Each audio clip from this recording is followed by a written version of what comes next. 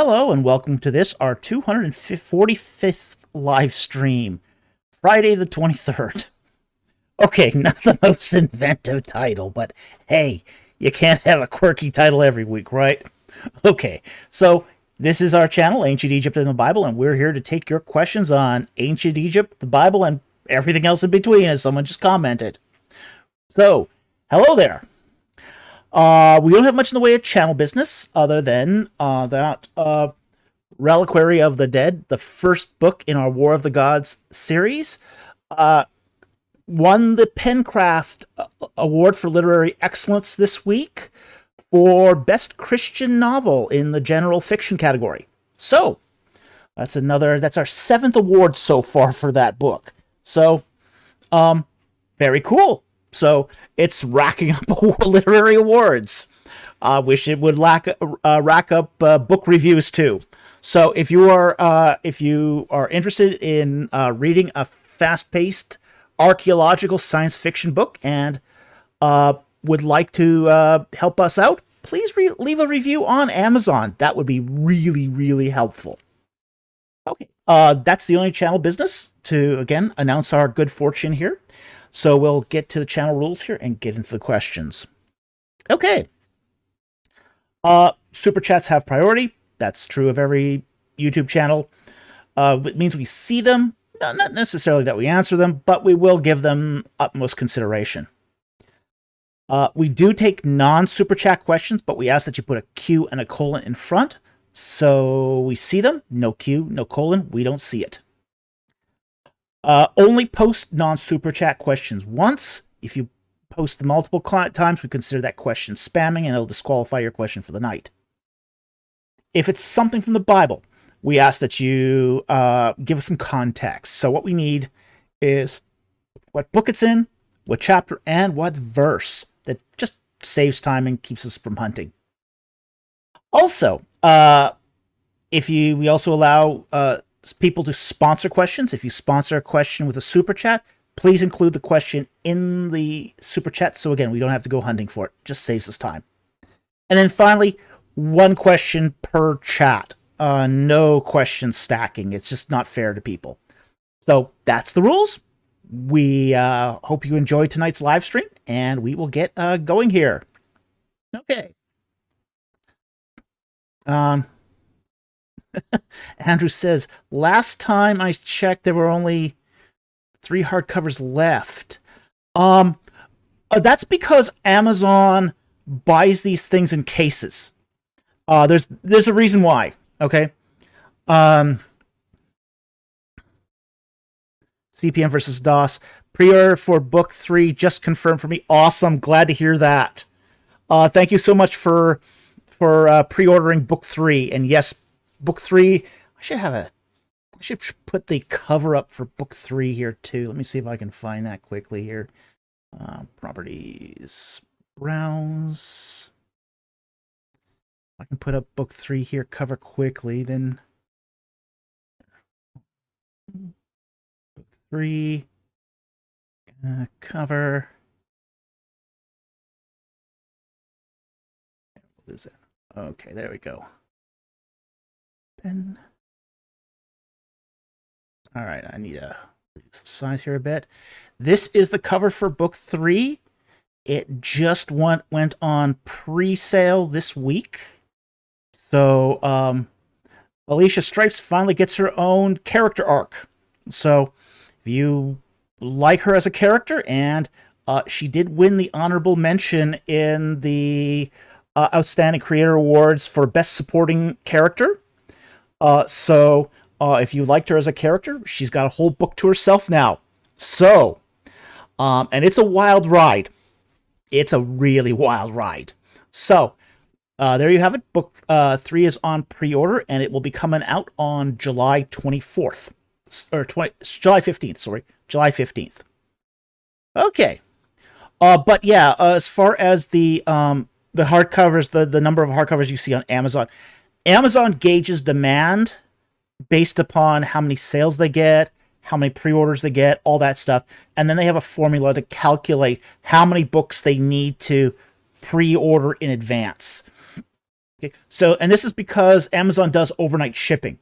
This is how they do the overnight shipping: is they order a case of books based upon demand, and if the demand suddenly exceeds their calculation, that's when you get that dreaded currently out of stock message.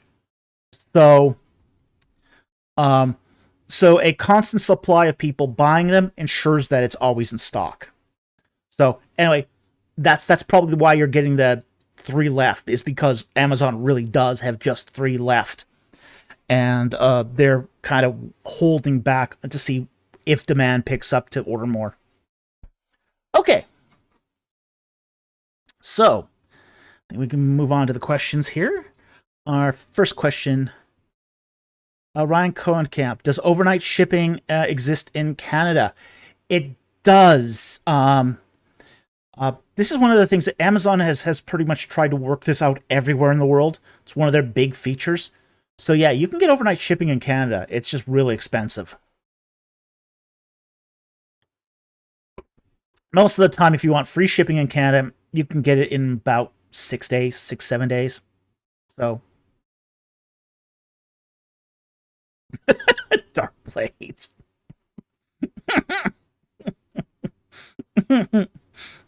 Wait, Dr. David Falk giving me a woman the status of a book cover character?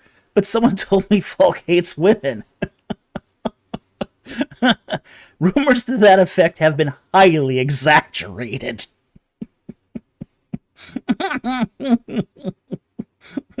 Strange. And she's the hero. Even more so. There is actually in writing a test to see if your female main character is important to the story, and it's called the sexy leg lamp test. And it goes something like this: if you can replace the main female lead with a sexy leg lamp and it doesn't change the story any, you need to improve the quality of your writing as far as women characters go. Well, if I replaced her with a sexy leg lamp, the whole story would collapse. So, CPM versus DOS. Yeah, I thought he was a founding member of the Woman Haters Club, if I read correctly. Yeah, you don't believe everything you read. That's all I say. Okay, so that's the Lord of Steel and Sky, and the third book in the War of the Gods series. And again, it's had some it's a real wild ride. So we hope you enjoy that when it comes out. Big Destiny. It's like Big Destiny says, local misogynist writes best female main character. Oh, the irony! The irony!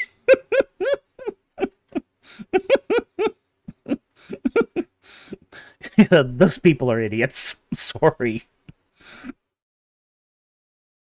All right. So let's move on to the questions here. First question here is from Deduce a Dude. And he asks, and this is not the correct question. There's something properties. That's not the right question here. That's from last week. Get this week's question here. Here's this week's question. All right. Aha. It's not from it's from TBTM. Oh, I knew that wasn't right. Okay. Looks like I forgot to stack those questions ahead of time here.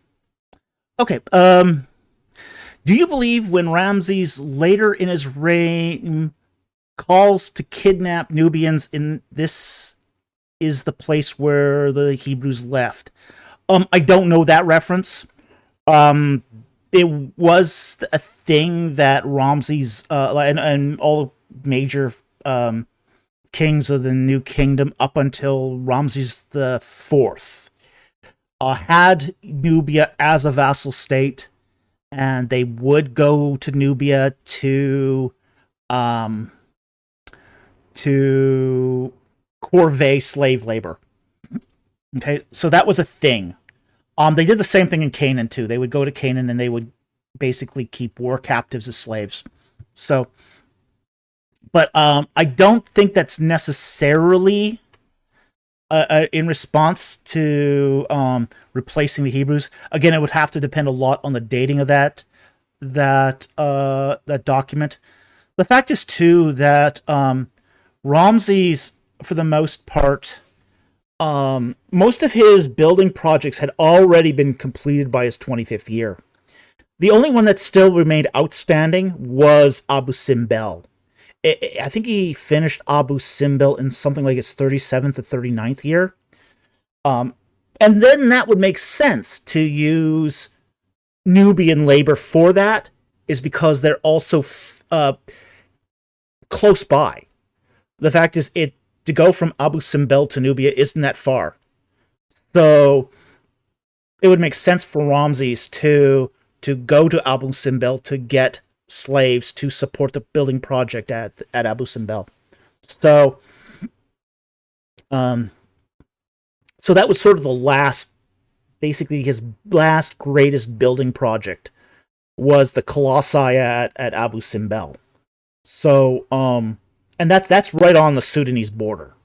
So that's past the Second Cataract, and I mean, you're already halfway to Nubia at that point. So it would make sense that later on at that point, he would need that sort of labor from that region. So, so that's just the way it works. So anyway, hope that helped. Thank you for the question. Very much appreciated. Okay, there was a couple, I think, early on too that I saw. We're getting into the super chats here.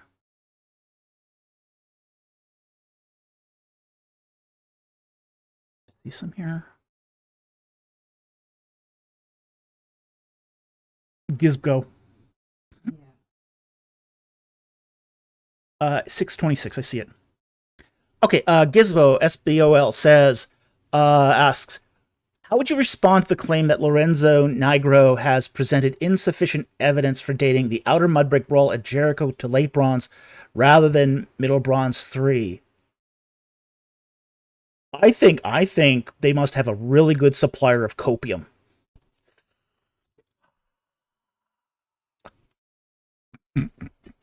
Yeah, this is sheer copium. That's what this is. The fact is that Middle Bronze fortifications are essentially large cyclopean and these large massive brick fortifications. That was the custom of Middle Bronze. Okay? So if you've got a mud brick wall there, you're almost assured it to be Late Bronze. And the fact is, there's enough ceramic typology supporting his claims that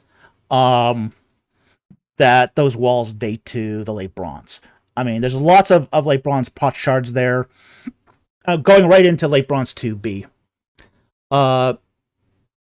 He does quote, what's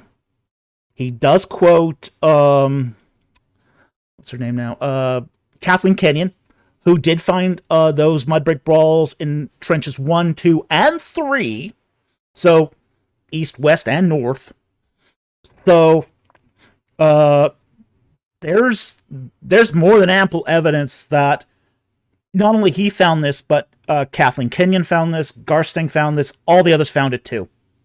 So, as well as the Late Bronze Cemetery, which at least is Late Bronze 1. So, again, you can't have a cemetery without a town.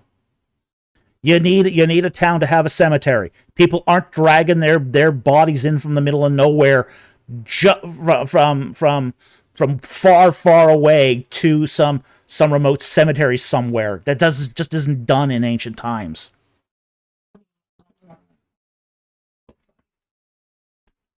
Yeah, ooh, yuck. 120 miles on an ox cart in the middle of the raging sun. Ooh. Nice smells. Nice smells. Thank you for bringing that to mind, Mrs. Producer.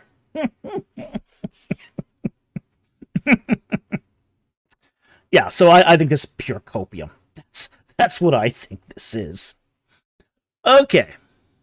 I'll also take this one from Gizbo SBOL2, and then we'll get to the super chats here. What are your thoughts on Richard Steiner's recent proposal that Israel defeat in Numbers 14:44-45 and Deuteronomy 1:44-44 is what referenced in the Merneptah Stela, and that he is the Exodus Pharaoh? I think Steiner's proposal is full of it. Okay? I think it's hogwash. I think it's complete hogwash. Okay. The whole idea that Merneptah is both the Exodus Pharaoh and the Pharaoh they encounter in the Shephelah is garbage. Okay? Let me explain why it's garbage. We have the Merneptah Stela dates to the 5th regnal year of Merneptah. Now, Merneptah only reigned 10 years. Okay? He only reigns 10 years. Okay? So, you've got the Exodus Pharaoh. Okay? If he's the Exodus Pharaoh, you can count 1 year right there for the plagues. That encounter with the Israelites could not have happened in year 5. So, that encounter with the Israelites in the Shephelah had to be in years 1 to 4. Okay, so let's give them, for the benefit of the doubt, that the Exodus, the plague, start in year 1. The Israelites leave Egypt then in year 2. Then year 3, they're wandering the Sinai, and then the very next year they're in Canaan, having conquered most of the Amorite cities, and then encounter Merneptah in the Shephelah in year 4. That's the best case scenario for Steiner. Can any of you see any problems with this? I can't.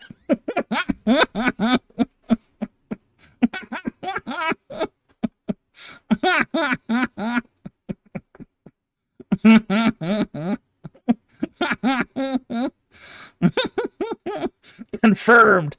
Ancient Israelites were time travelers. Yep, that would be about it. They're time travelers.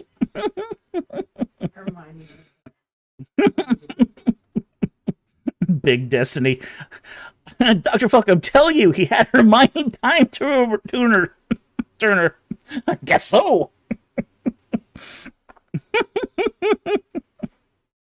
It's like, oh, good grief. Come on, dude. Come on. He can't be both the Exodus Pharaoh and the guy that they encounter in Canaan. He can't be both.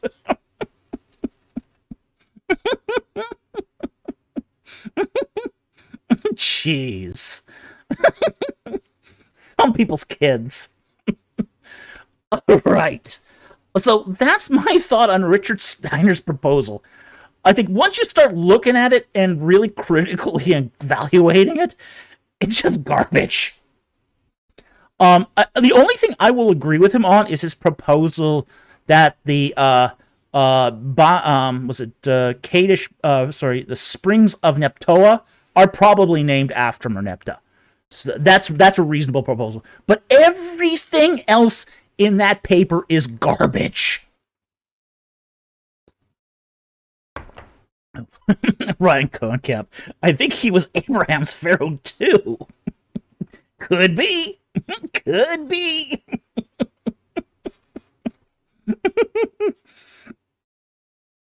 And then I wonder why I'm skeptical about these things.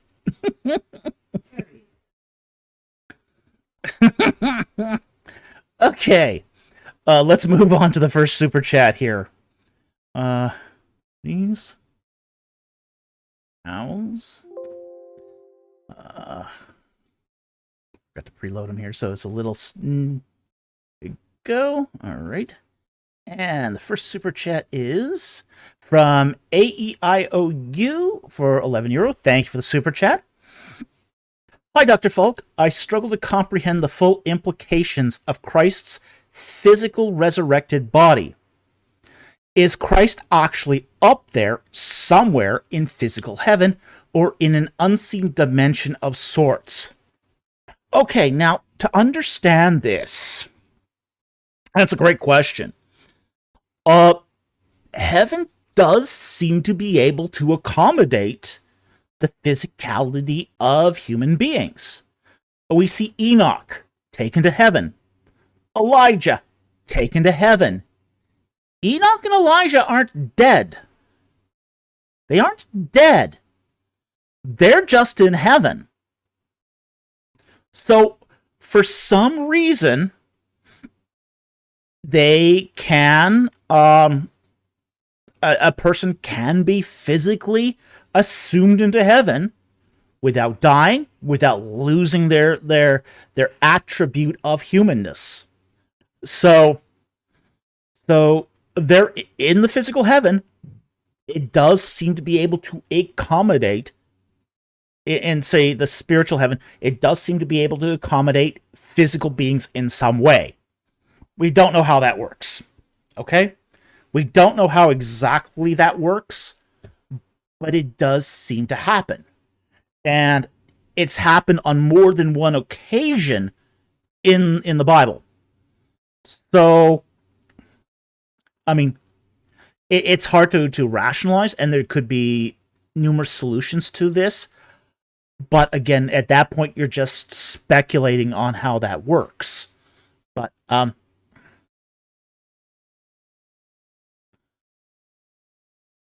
Scott Worthen says, heaven is another dimension. Well, it can be. That's one proposal. Not even the ancients believed there were ghosts atop the clouds or firmaments, and that's true, they didn't believe that. But they do, I mean, what do we even mean by another dimension? That's full of, let's say, loaded language. To even say it's another dimension, that's loaded language all by itself. So, it's hard to say. It's really hard to say. But we do seem to realize, we do seem to know from the biblical revelation that there's a place. You know, heaven does seem to accommodate space and place.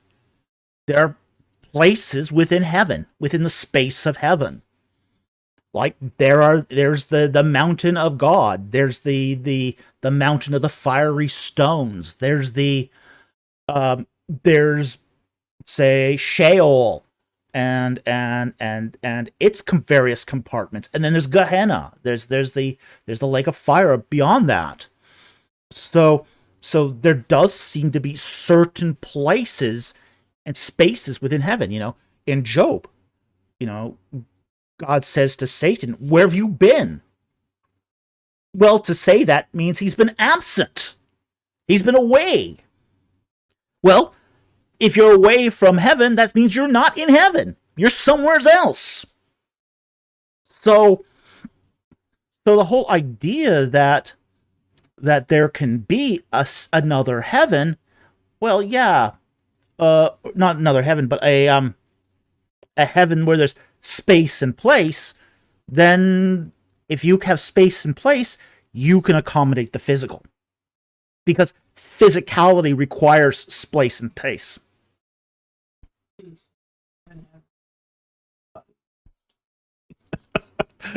Whoa. Whoa. BC says, maybe heaven has a cloakroom where the bodies are stored. Ooh, nasty.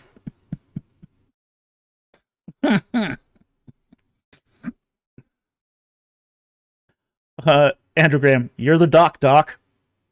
Okay. At least that's what it says on my certificate. All right. All right, let's move on here to the next super chat. But thank you very much for that super chat. It is an interesting question. We don't actually know how physicality works in heaven, but if there's space and place, then yeah, it can work. All right, so next one. Properties. Browse.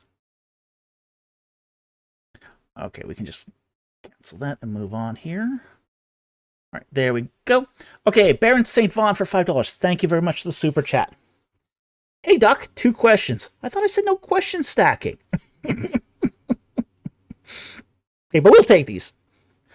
1, are donations to the channel tax deductible? 2, is it better to donate over PayPal than super chat for questions? Okay. There's 2 things with PayPal. Okay. We'll talk about that, and then we'll talk about why it's not tax deductible. It's better for us if you donate over PayPal, and that's because PayPal takes less of a cut. Also, you're not giving it for a quid pro quo. You're giving it as a gift. And because you're giving it as a gift, and not a quid pro quo, it's not taxable. Okay? A super chat is a quid pro quo. So with a super chat, the YouTube takes 30%, and then the government takes 30%. So there's a large chunk that's taken out by people before I see the money. So that's the case with super chats is YouTube does take a large chunk out of it. I mean, if you pay us PayPal and don't expect a quid pro quo, that's actually the best for us overall. And then we just take your questions for free. No exchange. We don't guarantee it. We never guarantee it anyway with a super chat, but the revenue department sees the 2 differently. Okay?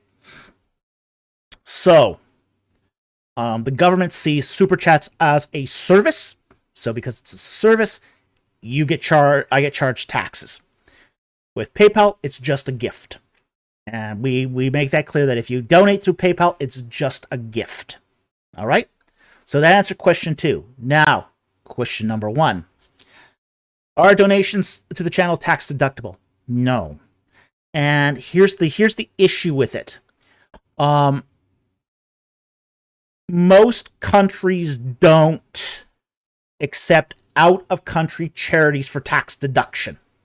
Okay, so if you lived in the United States and we were a charitable organization, we would be a Canadian charity. And because would be a Canadian charity, you still couldn't claim it on your taxes. Okay, now here's the issue for us as far as setting up a Canadian charity. We get very, very few Canadian super chatters. Really few. Like, I think we might get like 2 or 3 a month tops.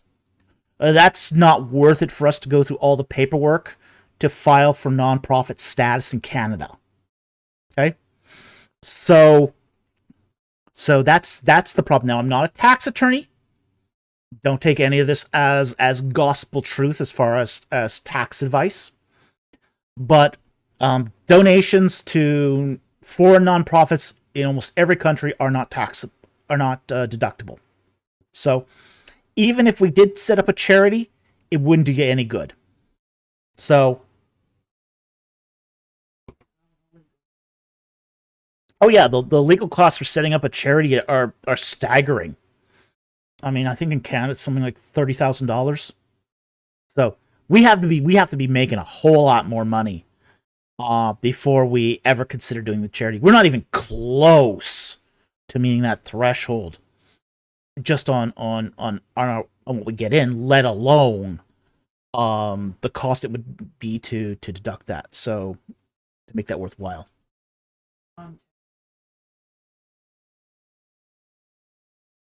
Okay.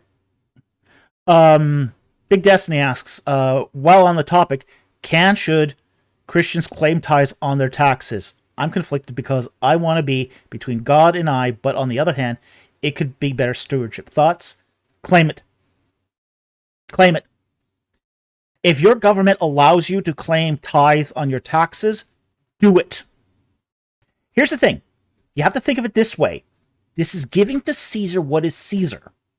Okay? But if Caesar's not entitled to it, you shouldn't give it. Okay? Basically, don't cheat the government. Pay your taxes, but don't overpay your taxes. And in a lot of countries, a tithe is seen as something you've paid to a charity that the government is not entitled to tax.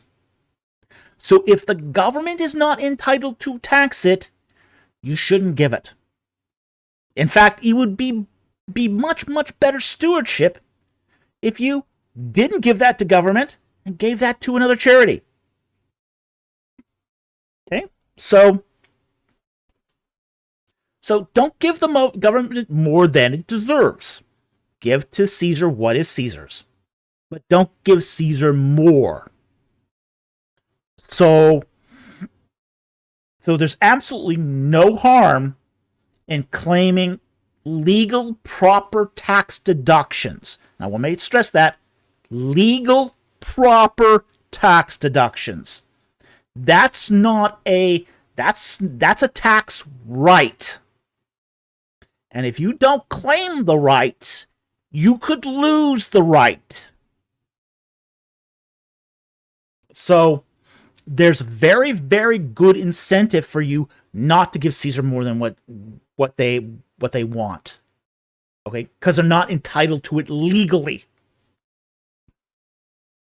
Now, I know within tax departments, government tax departments, they call people who use deductions deadbeats. But that's not legal and that's not correct. Claiming a proper deduction is a legal right. Now, if it gets dodgy, then the government can always disallow it. But know the law, know your rights, and then give to Caesar what is Caesar's. But don't give him a cent more. Okay? So I hope that helps. Thank you for the question.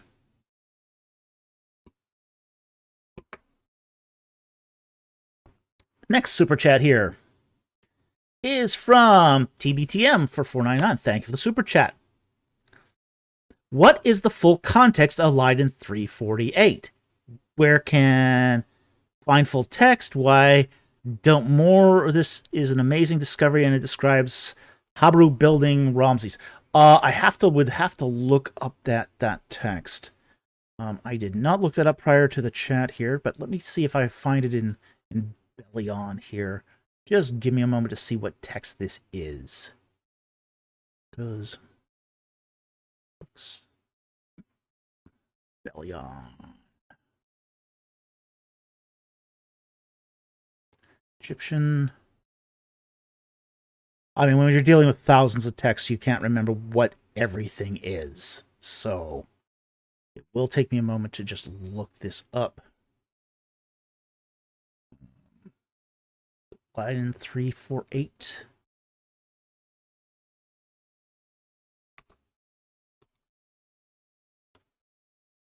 Oh, this is Zipaware. Okay. Okay, now I know. Why did you just say it was Zipaware? Jeez. Leiden 348. Just call it Ipaware. Okay. It makes things easier for everyone. Okay. You can find all sorts of translations of Ipaware. They're all over the place. Simpsons Heapor. No, not Heapor. Not the Frank Turek pronunciation. The canonical Frank Turek pronunciation. Heapor. Okay. Yeah, you can find it all over the place. It doesn't actually describe how we were building Ramses, though. Ipaware is a 12th dynasty text. It describes the building of pyramids. Okay? So it's not a 19th dynasty text. It's a 12th dynasty text. So, but you can find the full text in Simpson has a translation of it. What's her name now? What is her name? Just about every major anthology has a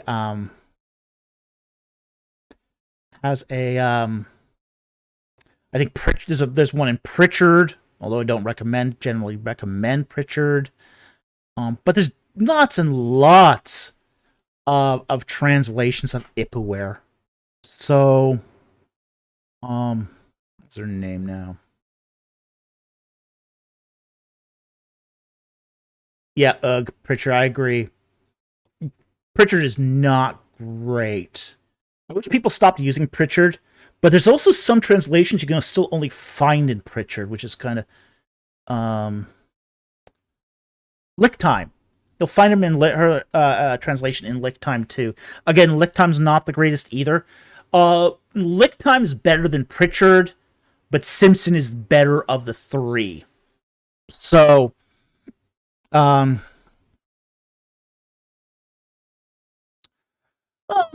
don't think that's fair. Scott Worthen says 12th Dynasty, right before everything went sideways in the chaos of the intermediate period. I don't know about that. There were still people holding it together in the 13th Dynasty. I mean, it degrades pretty... I mean, the 13th Dynasty is 200 years.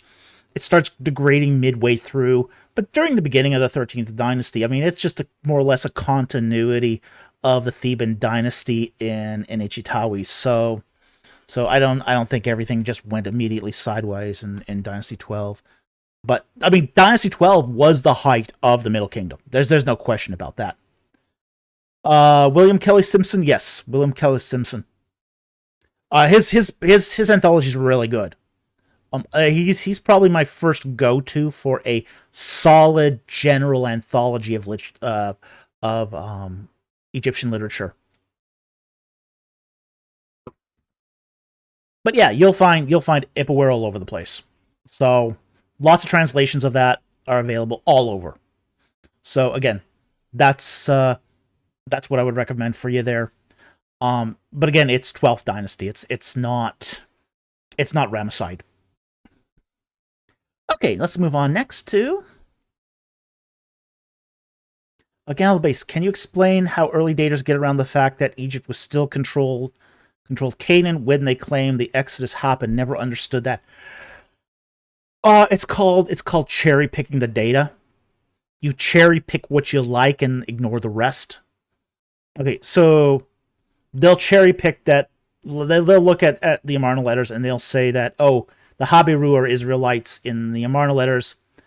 They'll cherry pick the transition of Shechem, but they'll ignore the fact that Byblos was conquered by Habiru, that the Habiru worked for the Amorites, that a lot of these, quote, Habiru leaders gave their allegiance to Pharaoh. So, I mean, I don't know anywhere in the Book of Judges where Joshua says, "Oh, Pharaoh, God of my gods, I have bowed down to you 7 times, my son, my solar deity, my life and my blood." I do not recall that in Joshua. I'm just saying that. I'm not recalling where any of the tribal leaders of the Israelites became vassal states to the Egyptians. Maybe I'm just not reading my Bible right. But there were a whole lot of vassal states in the Amarna letters. Okay? I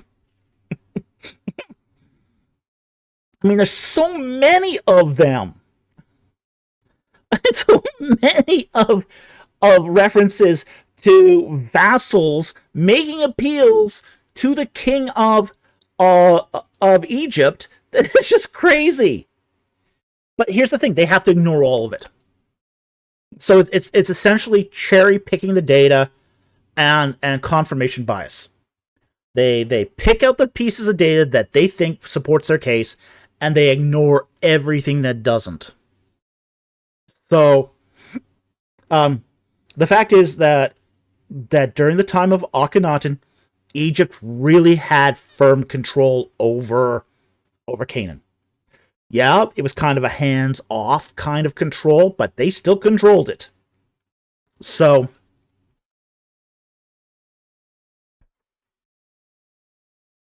Scott Warthen says, early Exodus daters claim that. I don't remember saying that 1550 BC didn't have any Egyptian occupation of Canaan. Gotta start telling us early daters apart from each other. I'm not ABR. You know what? You're also not representative of early daters either. Okay? You kind of have a weird view that's kind of outside the norm for them. But even you would have to then come to terms with the fact that Israel, say, during the 1350s, was in firm control in Egyptian hands. So, okay. Yeah, so you're outside the mainstream of early daters. I don't know what you really are, to be honest. But you're not in the norm. I wouldn't call you a Bimsemite. I wouldn't call you, say, somebody who's an ABR guy. You're sort of outside the mainstream. I don't know what you are. So, Amos Lingo says, I even said that Kramer has Hapiru fighting Hapiru. Yeah, they do. Which makes no sense if the Israelites were Hapiru. I know, it doesn't make it. Well, here's the thing. We get narrative after narrative after narrative in Joshua of Joshua destroying Amorite cities. In fact, we're told early on that the Israelites in that first 5 years of the conquest, it's a fight against the Amorites. It's really not a fight against Canaanites. Canaanites, I think they have one skirmish with the Canaanites. Everything else in that first 5 years is against Amorites. But in the Amarna letters, Amorites are taken over. They're conquering one city after the other. They're hiring Hapiru as their mercenaries. And if the Hapiru are... how is it that we have Hapiru working for the Amorites, but supposedly be the Israelites who are also killing the Amorites? Does this make any sense? I don't understand it. I don't understand how that can mesh. How can you be both working for them and killing them at the same time? Jeez. All right.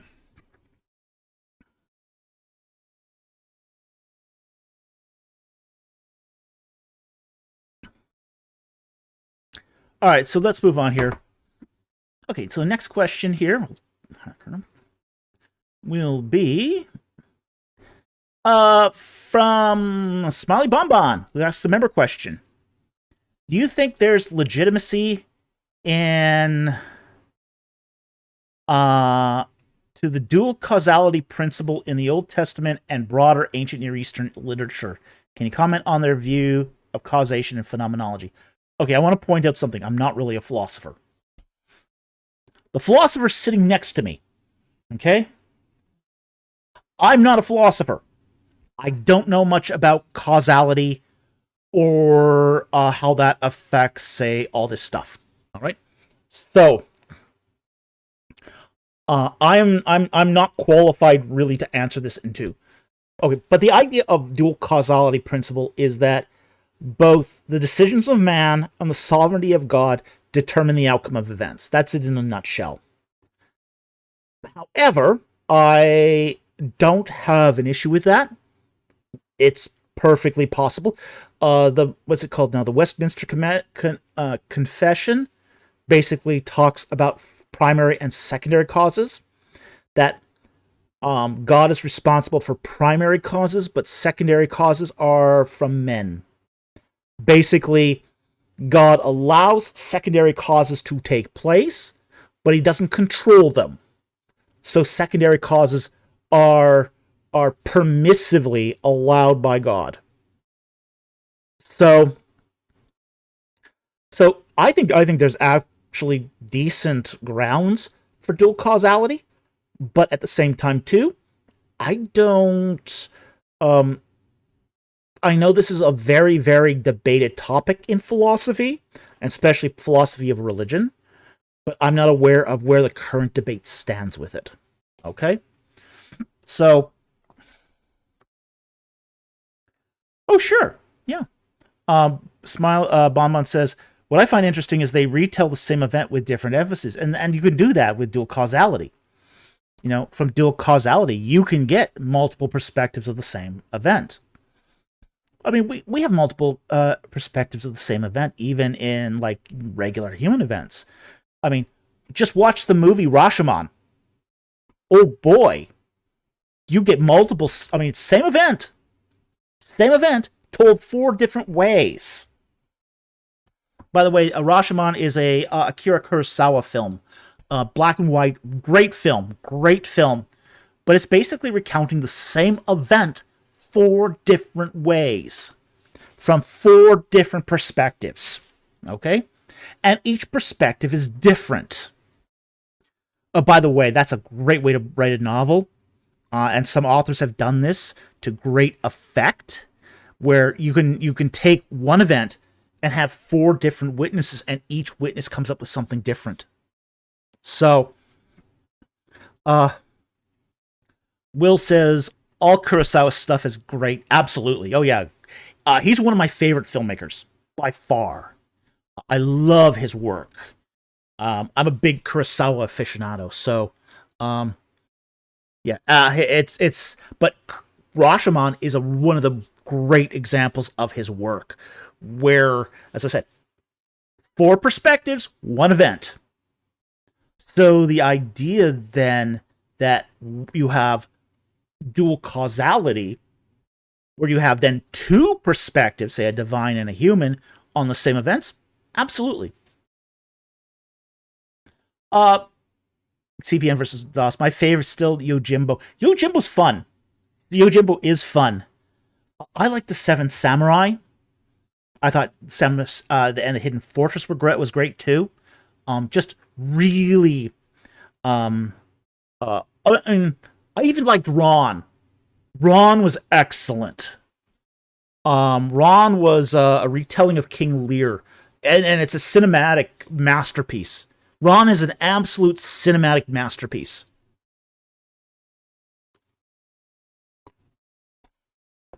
Even though Ron is a bit depressing, they're all depressing, okay?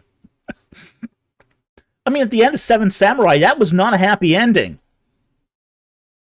Neither was Rashomon. None of those are really happy endings. Kagemusha is also good too. Yeah, absolutely.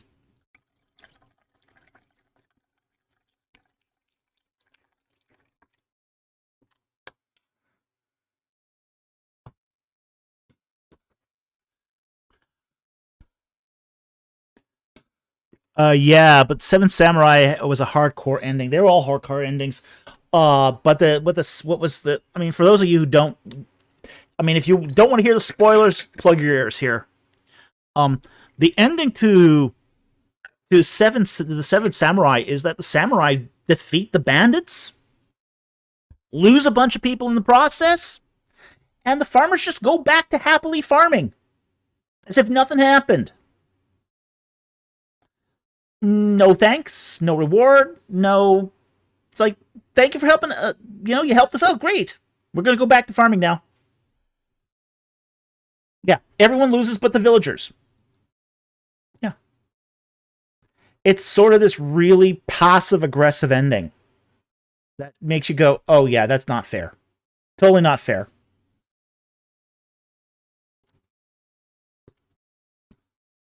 Yeah, so yeah, that's the 7 Samurai, and a lot of Kurosawa films have, let's say, less than happy endings.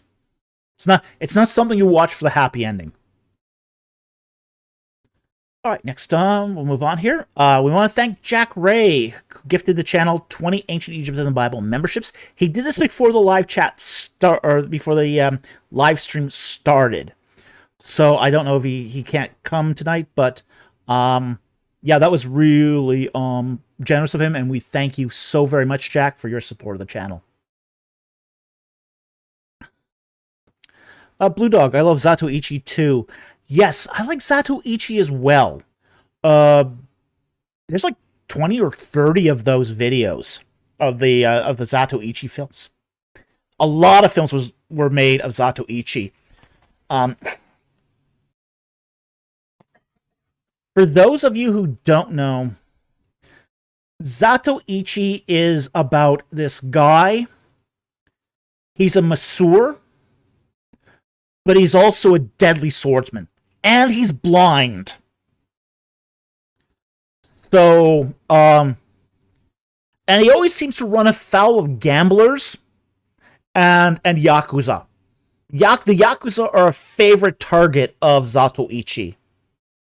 So, so yeah, that's oh, sorry. I'll passively aggressively note that Dr. Folk didn't notice me earlier. Well, I saw your memberships, but that you did that at like 4 o'clock. I mean, 4 hours before the live stream. So I assumed you hadn't come into the chat. Sorry. Glad you're here though. Okay. Let's move on here. Next one here is from Louis Sandoval for 250 Dominican pesos. Thank you for the super chat. Jack is a ninja. Yeah, he is. Will God in some way publicly recount or reveal our earthly deeds as if replaying them like a movie after death? Well, I don't know if they'll be replayed like a movie after death. I think that's sort of kind of a Jack Chick kind of thing. For those of you who don't know, he was very famous for his little kind of mini comics that were well along the lines of, say, rabid fundamentalism. But I remember the Jack Chick comic. This is your life. An angel takes a dead man and shows him his whole life as if it was a movie. So, no, I don't think it'll be played out like that. But there will be an accounting. That is true. You know, and the books will be opened, and the deeds will be read off. Some of them, I mean, if you are destined for the blessed hope, then those will be the good deeds you did. If you're going in the other direction, it'll be the bad deeds you did. So, so it probably won't be replayed to you like a movie, but it will be, the books will be opened. Because here's the thing. There will be a distribution of rewards and punishments. Okay? In the case of, say, those who receive rewards, you know, you become conformed to Christ, and you get more face time with the Master. Great reward. Absolutely. For those who chose utter darkness instead, they will be more isolated. Okay? You know, their reward will be in their resurrection, as to that their resurrected body will reflect the deeds they performed in this life. And that will isolate them more and make them more at antipathy with those who they spend eternity with. So the rewards and punishments will be revealed.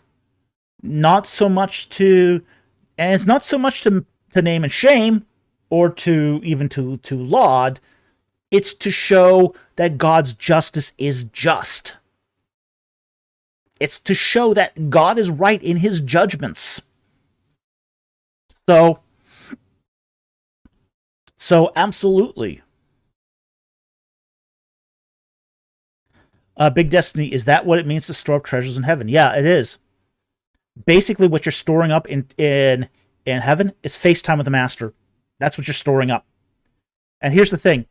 There are some people that will have a lot of treasure in heaven, and they get a lot of face time with Jesus.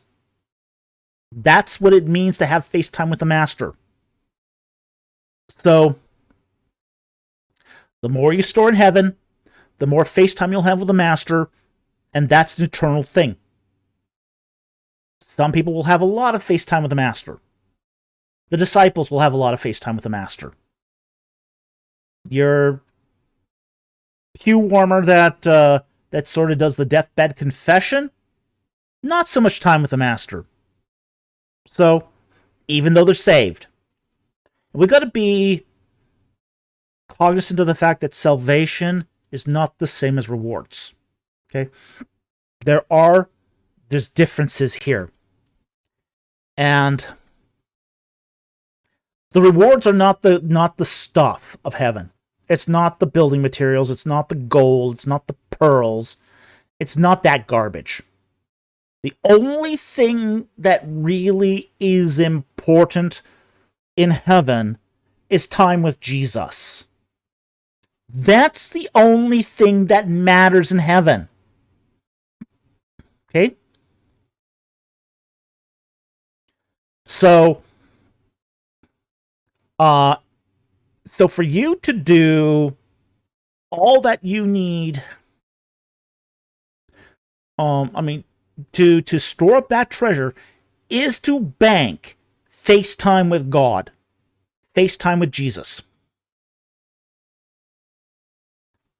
Big Destiny goes, wait, we'll be able to talk to him afterwards? Yes. Jesus, right? I think you're talking about Jesus here, not Scott Adams. Just want to make sure clarifying that. But if we're lucky and he had a deathbed. Well, according to his wife, he did have a deathbed confession. Oh, yeah. Yeah, he had said like a couple weeks that he was going to try out Christianity. Now, you know, when it's try out, it's like, okay, that's where, well, is he really saved meets the low bar of grace? It's like, okay, it's kind of 50-50 there. But his wife did claim he had a deathbed conversion. So yeah. So, yeah, sure. But yeah, you'll be able to talk to Jesus in heaven because he's going to be wandering around with his people. So absolutely, that is the goal of your treasures in heaven. It's not for a more comfortable life. It's not for for more stuff or higher status, although that might come too. But it's for FaceTime with the Master. FaceTime with Jesus Christ. That's the treasure. Everything else is garbage.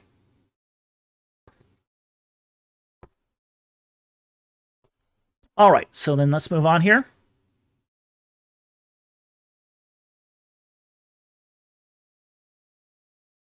Okay, Big Destiny Style for $5. Thank you for the super chat. And he asks, good evening, folks. Well, good evening to you, too. Philippians 2, 12-13. What does it mean to work out your salvation? Were they not already saved? Much love. Okay, let's talk about this, because there's a nuance here. There always is, isn't there? Philippians 2. And we'll go to 12-13 here. Okay. Let's actually start at verse 9 for context. Therefore, God highly exalted him and bestowed on him the name which is above every name.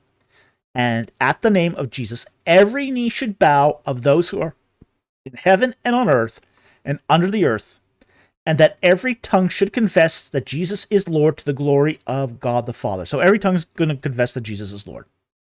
So then, my beloved, just as you have always obeyed, so these are Christians, not as in my presence only, so they're not faking it. That's what it means, not in my presence only. But now much more in my absence, so they are being faithful. Work out your salvation with fear and trembling. For it is God who is at work in you, both to will and to work for his good pleasure. All right, now this word salvation, soteria. Let's talk about that term because it can mean two things. And it's classically used in two ways in New Testament texts. There's one way where it does mean salvation, as in salvation from your sins. That's one way it's used in the New Testament. But there's another way it's used too, which means preservation. Okay? You are being preserved for, say, the afterlife. Through the outpouring of gifts, through the outpouring of good works, So here's the thing. When we see a passage like this for those who are already saved, as in the Philippians here, so therefore, my brethren, just as you've always obeyed, work out your preservation with fear and trembling. So this is not say salvation as in they're not saved. This is preservation as in staying in the faith, walking the line, okay? Staying on the right side of the amnesty, storing treasures in heaven where moth and rust won't destroy. So that's what this means. They were saved. They are saved. But he's admonishing them to keep up the good work. Yeah, exactly, Big Destiny, he says. Oh, it means something like keep up the good work. Exactly. That's exactly what it means. Okay? So, he's lauding them for their efforts. And he says, yeah, keep up. Do this. You're doing right here. You're not just doing it when I'm there. I think that's fantastic. I mean, when we see so much like the Corinthians and how as soon as he leaves, they all go into, Corinthians were a mess. It's nice to see the Philippians weren't in a mess. They weren't perfect, but they weren't a mess either. Like the Corinthians. So, he's basically giving them an attaboy. Attaboy, keep working, stay on the path. Be preserved through the diligent working out of your faith. So that's what he means here. So I hope that helps. Thank you very much for the question. Very much appreciated. Yeah, it makes sense. The goal on earth is to spend time. Yeah. So the goal in heaven would be to have a God. Yeah, Mrs. Producer's got it right here. The goal on earth here is to spend time with God. So the goal in heaven is also to spend time with God. So yeah, absolutely. Here's one of the things, and she brings up a really important point here, is you can judge the validity of any religion, and not perfectly, okay, but if their view of earth is the same as their view of heaven, it's more likely to be right. Okay, this is not perfect, but I've noticed this, that religions that have a huge disconnect between how things are on earth, how a believer should behave on earth, versus how they believe in heaven, there's a problem. Like, for example, the one that pops into mind is Islam.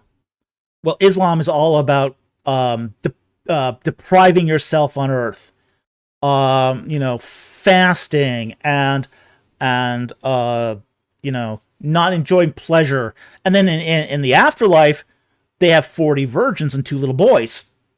Okay, there's a disconnect here between what God expects on earth and what he expects in heaven. A real disconnect. One is supposed to be this pious state. The other one is complete debauchery. Okay? So, whereas, say, in the case of Mormonism, it's the same thing. Monogamy on earth, polygamy in heaven. Yeah, Mormonism has the same problem. There's not a consistent thing here. Whereas Christians are expected on earth to be holy as God is holy. Okay? That's the expectation for Christians on earth, to be holy. So what do we expect when we go to heaven? More holy. More holiness. That's what we should expect. So, this is it doesn't mean that heaven's going to be the same as earth. No, that's not the thing. But the expectations should be commensurate. The way you spend your time. Yeah, the way you spend your time on earth should be commensurate with how you spend your time in heaven. If you're spending your time on earth being holy, doing righteous, doing good deeds, you should expect that to be the same in heaven. So it's when religions sort of say, oh, it's about depriving yourself on earth and then going for a free debauchery, free for all in heaven. No, that's that's almost a sure sign that your religion's wrong. Because that's a double standard. That's a double standard. That's having it both ways, just with the death as a divide.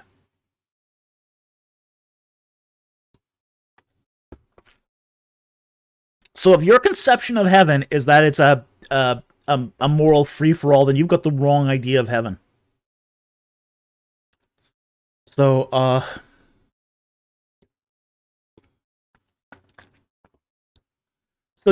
basically, Paul is giving the Philippians the attaboy. Yeah, keep going. Do this, because you're on the right path. You're on the path of holiness. Keep going. Well, Warrior of the Most High, Buddha was closer to the truth, maybe. Well, here's the thing with Buddha too. The Eightfold Path can be inverted at every point. It's one of the things. That's one of the dirty secrets of Buddhism. You know, I mean, the Eightfold Path has various paths to Nirvana, and they're not consistent. Like, for example, one of the Eightfold Paths is to what's it called now? Starve yourself. What's it called? Fasting. Fasting is a path. But there's also the inversion, which is gluttony. Gluttony is an equally valid path to nirvana. One of the Eightfold Path is abstinence. The inversion to that is tantrism. So it doesn't actually matter what path you take, just as long as you take an extreme on it. But there's no holiness there. William's right. Buddhism sounds like Well, it does sound a bit like nihilism. because you lose your individuality. Yeah, you do lose your individuality once you hit nirvana. Okay? So ultimately, if you've climbed up the reincarnation ladder, you get dissolved into the world spirit. You become one and lose your identity altogether. Whereas Christianity are like an Yeah. instrument. So even You that, still have all the individual notes. Yeah. yeah. So even that doesn't match the scratch test of how you should behave on Earth. Equates to how you should behave in heaven, because there is no heaven. They're just the closest thing you're going to get to heaven is that dissolvation into nirvana, and that's just not the same. So I wouldn't even know anyone who wants that.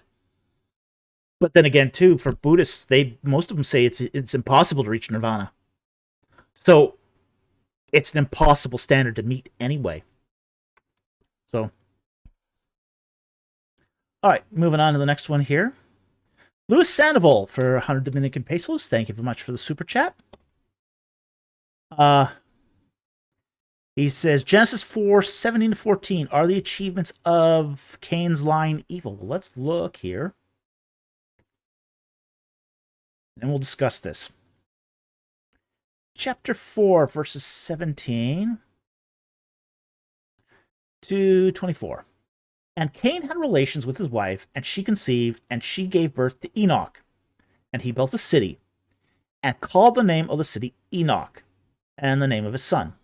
Now to Enoch was born Arad, and Arad became the father of Mahuyael. Mahuyael became father of Methuselah, and Methuselah became the father of Lamech. It's Methuselah. And Lamech took himself 2 wives. The name of one was Ada, the other name was Zillah. And Ada gave birth to Jabal, and he was the father of those who dwelt in tents and have livestock. As for Zillah, she gave birth to Tubal-Cain, the forger of all implements, bronze and iron, and the silster of Tubal-Cain was Namach. And Lamech said to his wives, Adam and Zillah, listen to my voice. Your wives of Lamech, give heed to my speech, for I have killed a man for wounding me, and a boy for striking me. If Cain is avenged 7-fold, then Lamech 77-fold. Okay. Now, let's talk about these achievements, because it's not what meets the eye. some of these are retrojections. Okay? Some of these are clearly retrojections. It's not that these achievements are evil. They're just sort of out of their proper context. Okay? The whole idea of the tubal cane giving you being the forger of all implements of bronze and iron, that's basically a retrojection. Okay? Because they kind of thought that tubal cane was in Turkey. So that's sort of what the author of Genesis is thinking here, is that tubal cane lived around Turkey, and in Turkey at that time they started forging implements of bronze and iron. And we have to remember that this was put to pen at the cusp of the Iron Age. Okay? So there was nobody pre-flood actually forging iron. Iron would not be invented for a long, as far as metallic iron being used in tools, for a long time before then, or after then. So we have to realize that, for example, the bronze implements, that's retrojection. The father of all those who played the lyre and the pipe, probably something similar. So some of these are going to be retrojections. Now, there's another thing we have to keep in mind too, with the line of Cain, versus say the line of Seth. And that is that there's this Cain are city dwellers. They build cities. That's their big achievement. If you can say any achievement of them, that's their achievement. Line of Seth are pastoralists. And they're intended to be written that way. Because what's happening is, when this is being put to pen, Israel has come out of Egypt. They're starting around the Sinai, and they're making that conversion from being city dwellers at Avaris to being pastoralists in the Promised Land. So there's a dichotomy here, and this is part of the ritual framework of, say, Genesis 4, basically 1 through 11. 1 through 11 is an entire ritual framework. And Genesis 4 is basically saying, okay, some of you guys are going to be city dwellers. Some of you guys are going to be pastoralists. By and large, most of you are going to be pastoralists. So you have this wicked line of Cain, who, while they do incredible things, they're also city dwellers. So yeah, you're going to get some of those advantages, but understand that most of you are going to end up as pastoralists.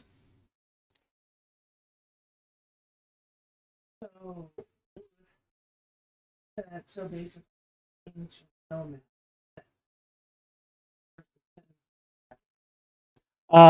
Louis Sandoval says, so basically it's an ancient nomad steppe pastoral versus sedentary agriculturalist. More like urban and rural. Think of it this way. More urban and rural. There will be those who do sedentary agriculturalism, but here's the thing. They won't be doing it around large cities. Okay.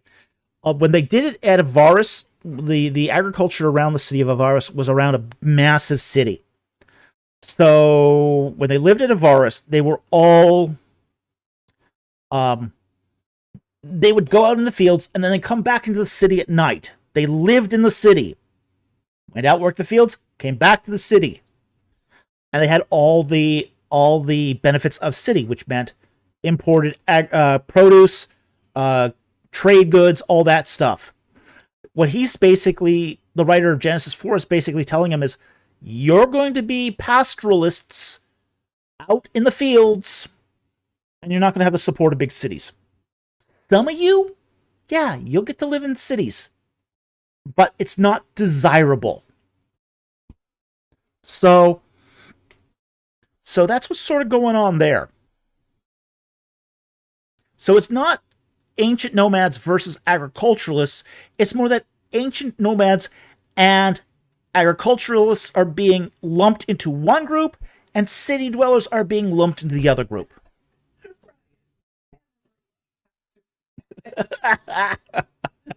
Ryan, man, there were a lot of pastors back then. Yeah, there were. Well, pastored is from the old word meaning shepherd. That's the word we get the word pastor from. Shepherd. So, pastoralists are shepherds. Okay. Cereal Bowl asks, how accurate are the reconstructed rules of Senate? Not accurate at all. Nobody knows how Senate was played. The reconstructed rules are just sort of make-believe. Take that as what you will. Okay. Let's move on to the next one here. Louis Sandoval here. Yeah, entirely made up. Yeah, the rules of Senate as it applies today. And there are actually people who do Senate tournaments. I don't understand it, but hey. But yeah, the rules are entirely made up. Nobody knows how it was played. Okay, next one here is from Luis Sandoval from 100 Dominican pesos. Thank you very much for the super chat. Do modern nations have angelic princes? Daniel 10:13. Let's go to Daniel 10:13 and we'll talk about this.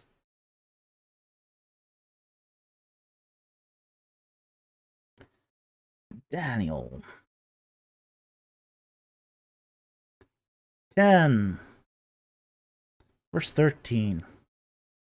Yep, that's what I thought. But the prince of the kingdom of Persia was withstanding me for 21 days, and behold, Michael, one of the chief princes, came to help me, for I had been left there with the kings of Persia. Okay. Do modern nations have angelic princes? Yes. Yes, they do. They're called in scripture exousia, or powers. You've got, like, for example, in the book of Ephesians, there's a sort of ranking: spirits of iniquity, then cosmic craters, then exousia, and then arches. Arches are on the top. Okay, we're doing a whole video on this. One of the Monday videos, we'll be talking about this in detail. So basically, the exousia are the second from the top. These are your basically evil spirits that control nations. They control governments. So, and they do it using subtle influence. They don't like possess rulers directly.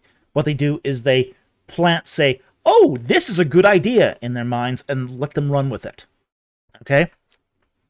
So,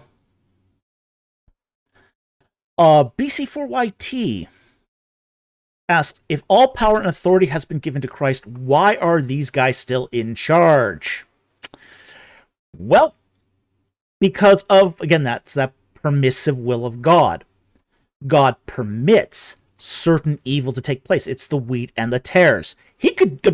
Christ could come in, rip up all the tares. Absolutely. He could rip up all the, he could vanquish all the exousia, the cosmic craters, the arche, all of them.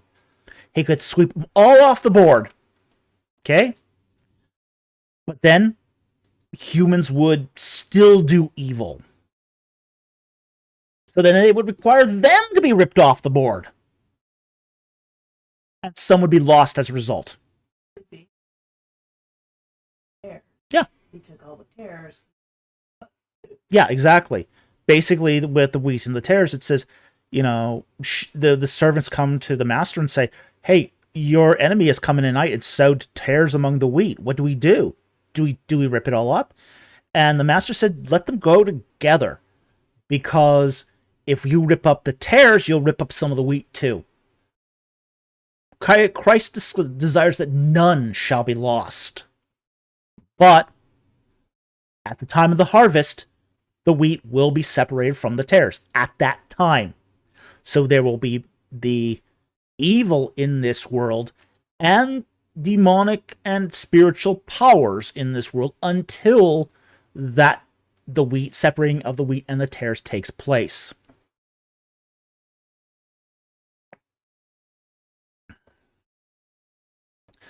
BC4YT says, so Christ is permitted to defeat these powers. Yes, he's permitted to defeat these powers, and he chooses to do it gradually by gradual territory taking by Christians. Exactly.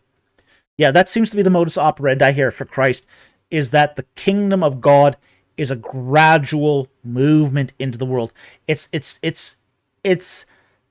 Christ becoming king of this world through gradual means, so as to not destroy it, to do as little damage as possible in the process.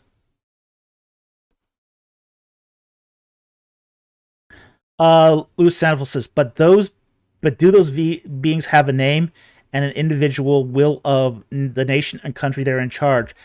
To a greater or lesser extent. I mean, they're all named. I mean, spirit beings have names. We have names. So they do have names. But they don't necessarily, they only control countries to greater or lesser extents.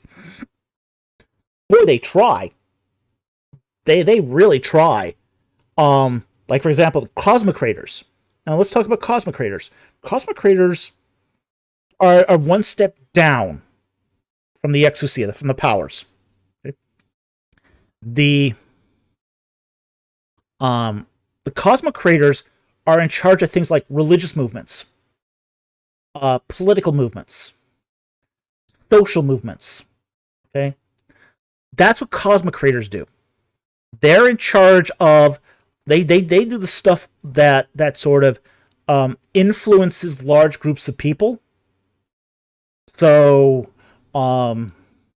if you've got, say, a certain, say, political or social movement happening, that will be cosmocrators. No, cosmocrators. I'll spell it out for you here. Okay. Cosmocrator. There you go. Okay. Cosmocrators. These are translated in your text as world powers. Okay? World rulers sometimes, but yeah. Cosmic critters. Oh boy, the spirit critters are back.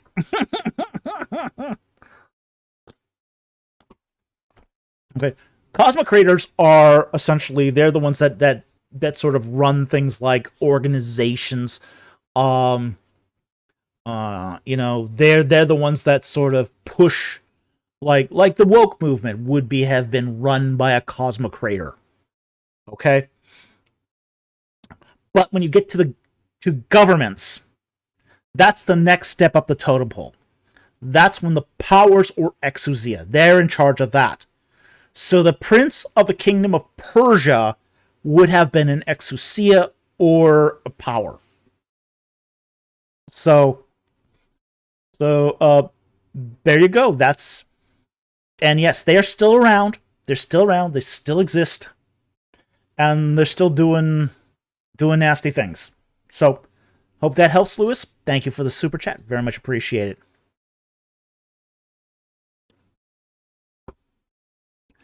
Louis Sandoval says, how does one defeat or conquer them? You can't.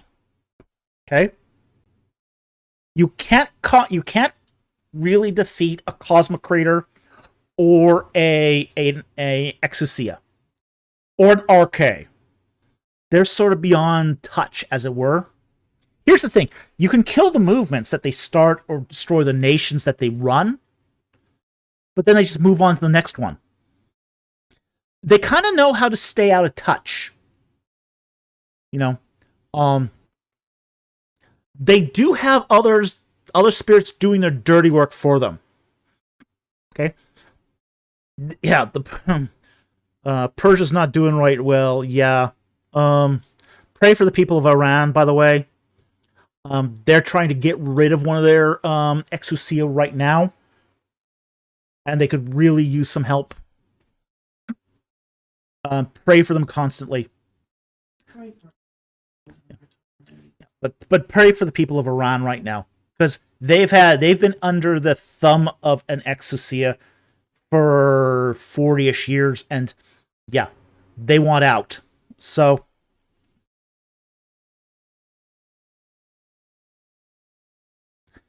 Big Destiny says the Archangel Michael is fighting these beings, right? Yeah, he can fight these demons. Michael has fought some of these. Okay. Now, I don't. Here's one of the things about Michael we have to understand too. He's not really called an archangel. We call him an archangel, but he's not really called an archangel. He's called a high prince. He's called a high or chief prince, Sar, and they're different. Okay.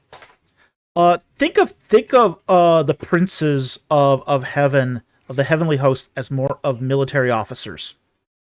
They're the Navy SEALs and the Chads of God's army. Okay. So Michael is never called an archangel. He's not an archangel. Big Destiny. Whoa, is that a higher rank than Archangel? Archangel is really a job title. It's a job title. It's how do I say? Think of it this way: trusted messenger, most trusted messenger. That's what an archangel is. It's a most trusted messenger. It's not necessarily an angel who's powerful. I mean, Gabriel's probably not that powerful, to be honest, any more powerful than any other angel, but he is very trusted. You know, he will go where other angels fear to tread. You want to send a message and it's a dangerous assignment, send Gabriel. Okay? But Michael is something different.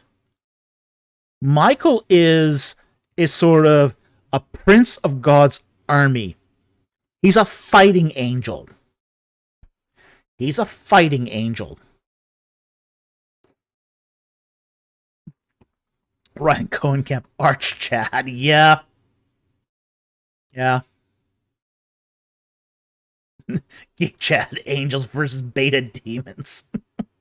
Yep. Well, demons are bums. Sorry. They're bums.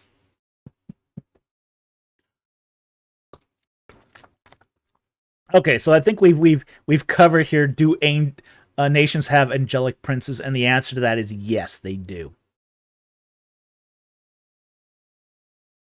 Next one here is from Big Destiny for $5. Thank you very much for the super chat. I'm very skeptical when people say God is speaking to them. Sure, okay. Does God speak to people today like the prophets of old, or is this a figure of speech? There's nothing preventing God from speaking to people today. Here's the thing. God is only limited by how he limits himself. That's the limitation. So, if you want, God will only be limited by how he limits himself. Therefore, God has not limited himself to speaking to people today.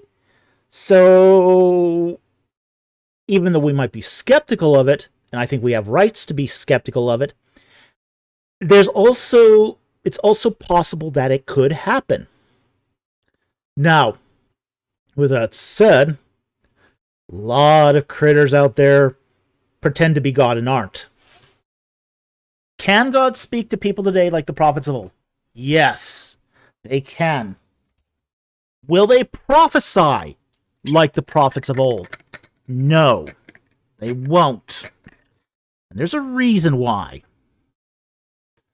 One of the limitations God has for himself is he no longer brings prophets into the throne room of God. We have to understand that when a prophet of old, to be technically a prophet, and let's be honest about this, even though Daniel received prophecies, Daniel's not a prophet. He's not considered to be a prophet. And the reason why Daniel was never never said to be a prophet is because he never appeared within the throne room of God. God's throne room never appeared to him, and he is never taken up into God's throne room. All Daniel's prophecies are by angelic messenger. That's an important distinction. So, when God gave prophetic decrees, he does so by bringing people up into the throne room of God and basically saying, here's the message, go deliver it. So, Ryan Cook, so the minor prophets wouldn't be considered actual prophets? Yes, they were all considered to be actual prophets because that happened to them. Okay? Now, you did have some prophets that were just possessed by the Holy Spirit and did speak. Okay? And they're called prophets, but they're not sort of canonized as prophets in the same way. Now, but Daniel's an exception here. Daniel's kind of an exception here because of his particular the methods that was used for his prophecies. That said, however, does that same sort of style of prophecy happen today? There's nothing preventing them from getting a word from God. God can speak to them. Absolutely, he can speak to them. Does that carry the same weight as biblical prophecy today? Probably not. Even say, for example, the spiritual gift of prophecy that's mentioned in the book of Ephesians is generally meant to be, say, personal. It's not meant to be overall edicts for the church. And any edict for the church has to be judged within that framework. So,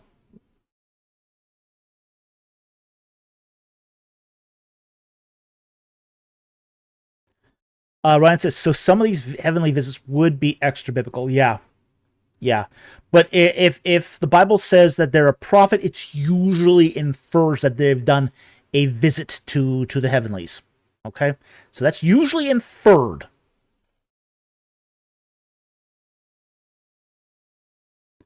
Louis Sandoval, how does one legit confirm someone is a prophet in today's world? Well, compare to Scripture. Here's the thing. God's word never contradicts itself. Never contradicts itself. So, you have to judge, and this has been true of all through history. We look at the prophets of, say, the prophets and the writings of, say, the Old Testament. What do? We compare it to the Pentateuch. Compare it to Torah. If it's consistent with Torah, if it was met with the canons of Ezra and Nehemiah, it's Scripture. If it doesn't, it goes. Okay? That's why our Apocrypha never made it. How do we judge if the New Testament is from God? We compare it to the Old Testament, what we know has been spoken from God. If it's consistent, it stays. If it doesn't, it goes. How do we know that the Book of Mormon, Pearl of Great Price, and Doctrines and Covenants is from the Word of God? We compare it with the New and the Old Testament. If it doesn't match that threshold, it goes, and it went. Sorry, Haystack. I still like you, but, that's why the Christian church rejected it.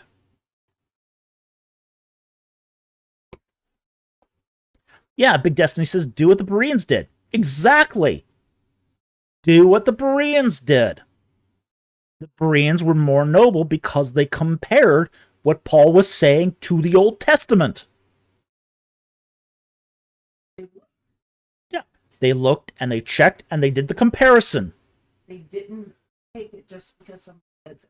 Yeah. They didn't take it just because somebody said so.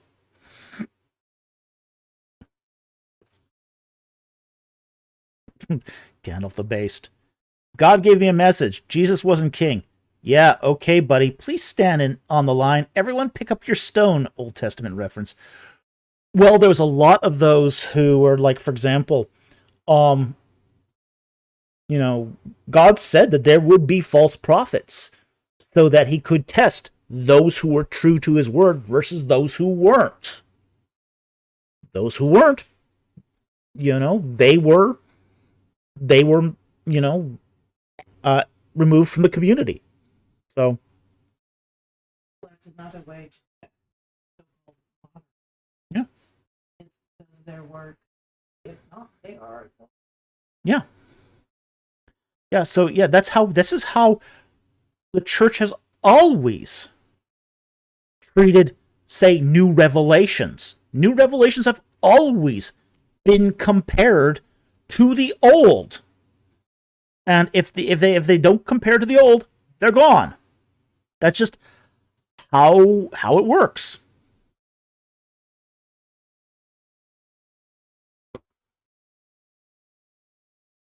Okay, so let's move on here.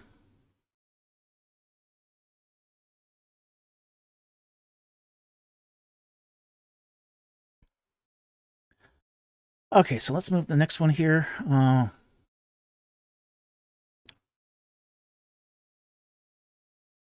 Louis Sandoval, how come today's mainline Protestants were hijacked? Several things. Some of it was theological, some of it was cultural.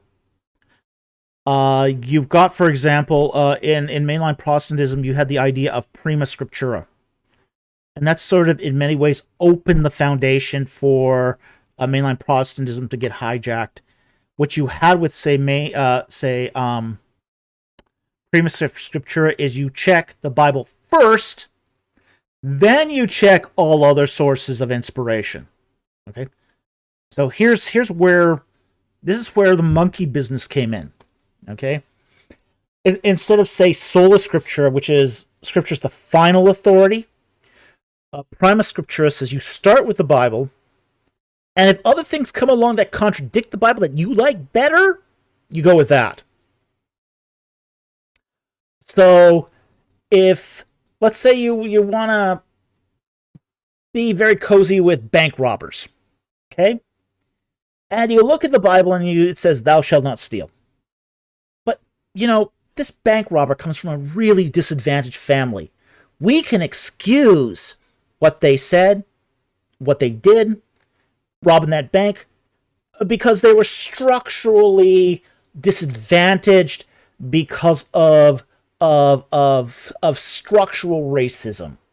So we'll just excuse that bank robbing because as justified and good, because it meets with our ideas of structural racism. Okay. So that's sort of how the thinking works in mainline Protestantism, is you start with the Bible, and then you can modify it with anything that comes along. So mainstream Protestantism became subject to the zeitgeist of the day. That's how it went off the rails.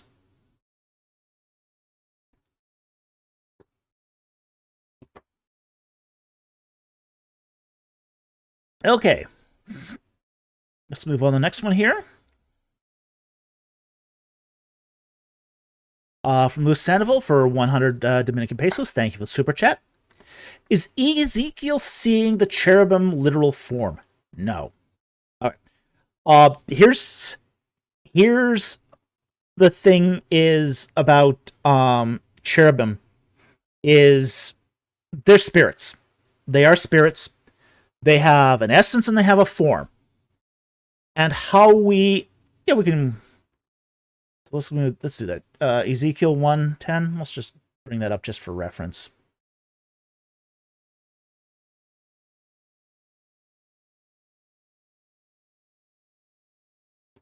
Ezekiel 1 verse 10.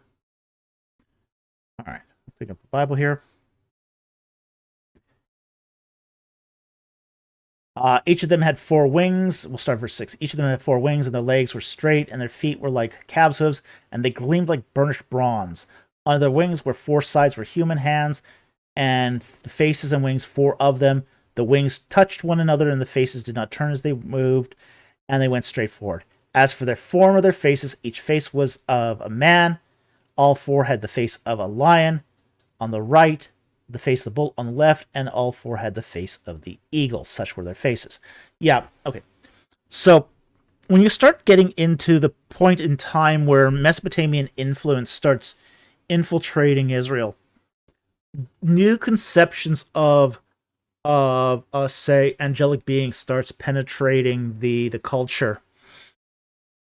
So what Ezekiel's saying here is not exactly literal, but his brain is filling in what the form is suggesting.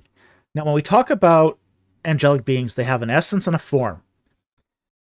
An essence is their sort of the spiritual stuff. The form is what their spiritual stuff suggests they're like.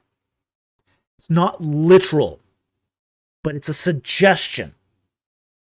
What they've taken in the cultural terms will take that form and basically transform that suggestion into imagery that their mind can comprehend.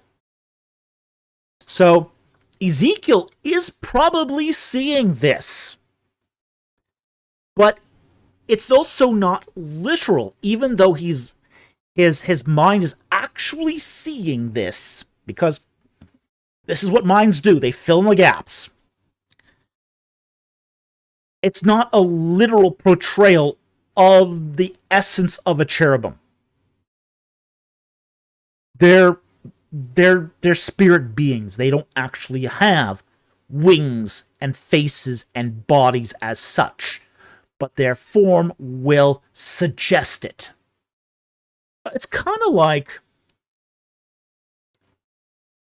yeah, they're analogous dreams and visions in some respect, yeah. So let's say, for example, you go to a Western town. I like using this example because it sort of kind of fits here. And you go into an old abandoned saloon, and you see a ghost. Okay? Typically, what you don't see when you see a ghost is a wibbly-wobbly cloud hovering in the air. That's what you generally don't see. I have almost never seen, like, for example, with the exception, I mean, even with when, for example, I saw a shadow man, it was essentially a human form. And when you go and you see, like, you go to a saloon and a ghost, you see a ghost, it's not this wibbly-wobbly white cloud. That's not what you see generally. What you generally see, if you see a ghost in a setting like that, is some guy in Western gear. Now, ironically, 90% of people who see ghosts never see shoes or feet. It's very strange. Unless they're a person who's really into the fashion industry and is obsessed with shoes, you never see feet or shoes on a ghost. Okay, so it's like 90% of people never see shoes or feet on a ghost, but they will see them otherwise clothed. And the reason why is because their forms will suggest it. The setting that you happen to be walking into will suggest it. There's all these suggestions that your mind will take in and fill in the blanks.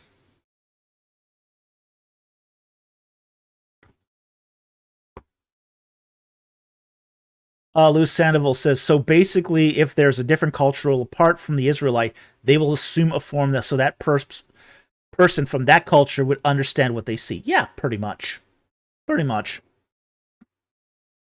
Ganel the Based asks, is it true that ghosts tend to be in places where witchcraft has occurred and the occult? No. No, that's actually not true. They could be in any place. Was it the Victoria Museum at the University of Liverpool has never had witchcraft performed in it, as far as I know. But there's also been many, many reports of hauntings there. Which is really strange. I mean, I've been to the Victoria Museum. I never saw a ghost there, but many students have reported it. especially after hours. Of course, I was never there after hours. I was there during day hours, but uh, it's because ghosts were defeated. Scott Worthen, I ain't afraid of no ghosts, but their shoes terrifying.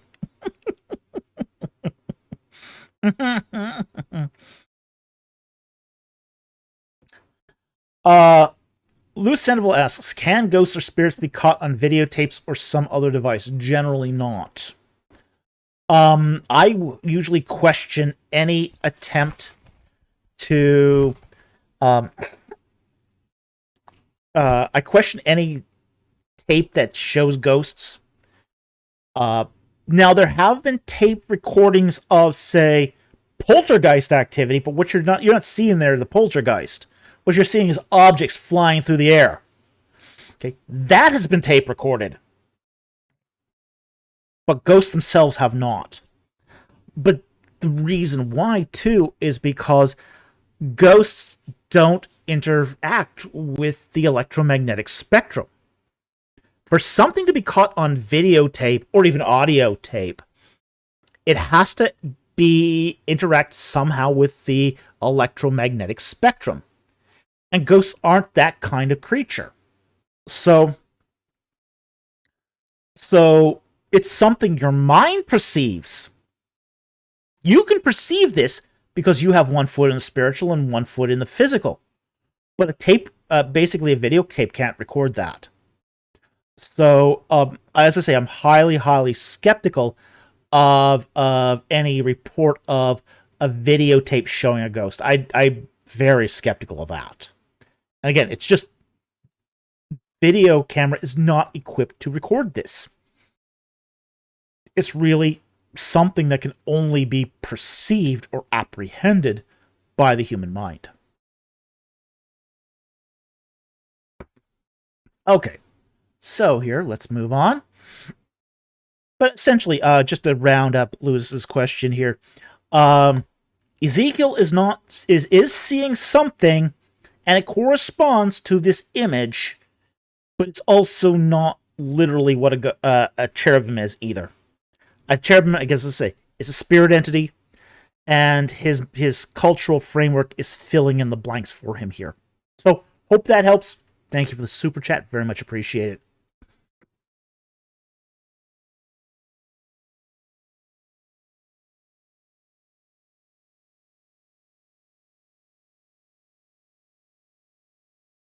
Okay, next one here is from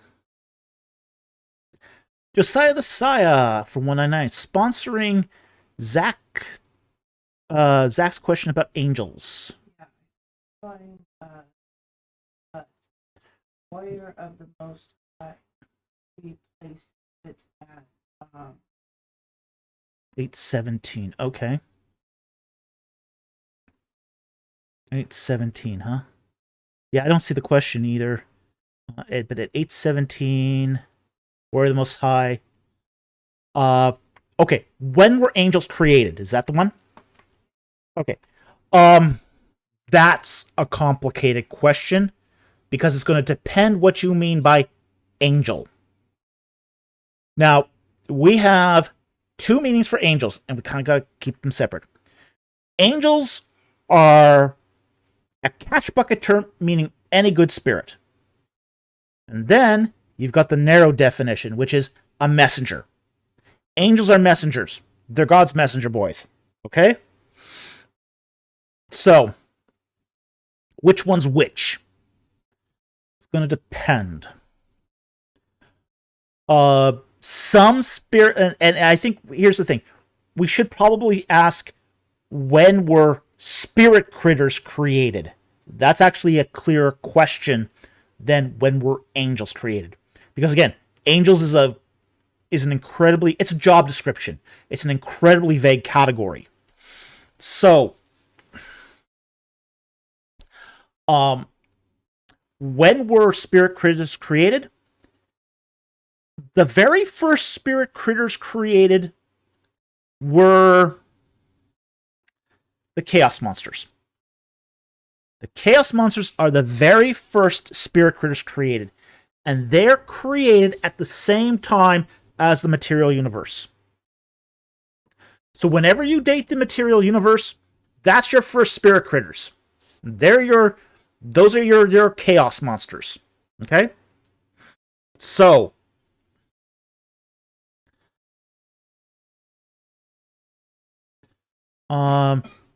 Will asks, where does the root of the syllable ang in angels come from? It comes from the Greek angelos. Okay? It means messenger in the Greek.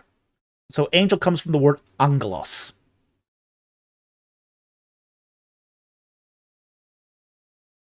BC says, man, they are old as heck. Oh, yeah.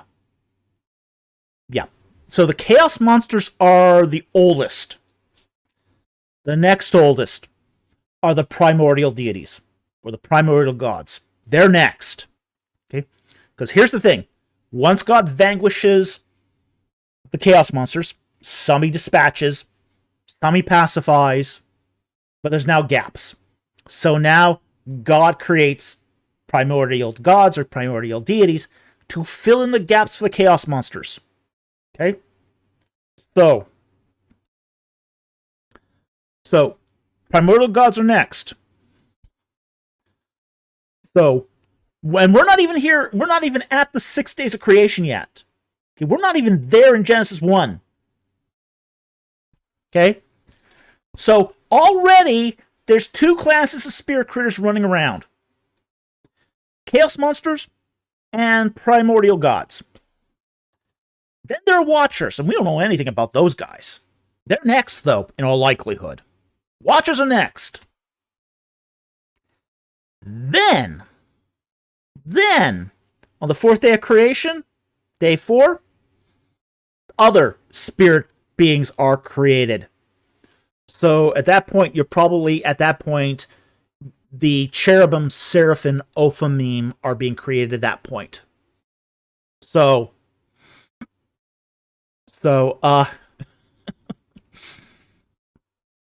Warrior of the Most High.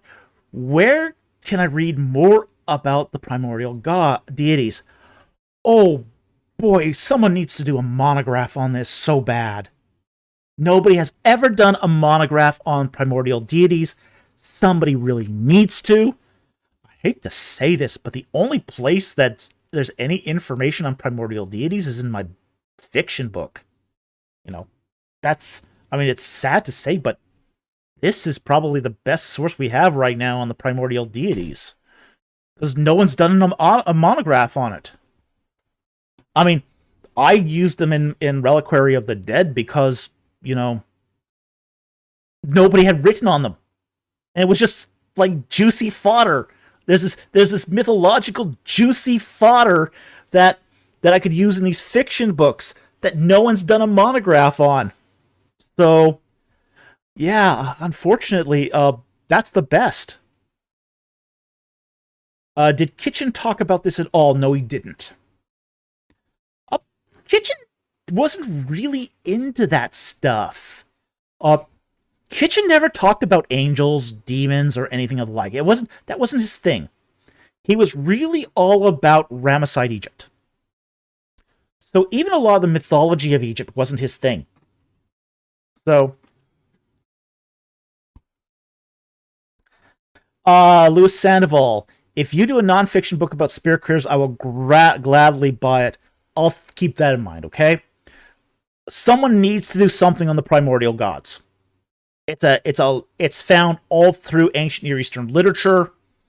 No one's ever done it. So, yeah. Okay. So that's sort of the order of creation as far as spirit critters go. Chaos deities, primordial gods, watchers, and then all the other angelic beings, the cherubim, seraphim, and ophimim. So, hope that helps. Thank you for sponsoring that question. Josiah the Sire, we really appreciate it. I hope that helps.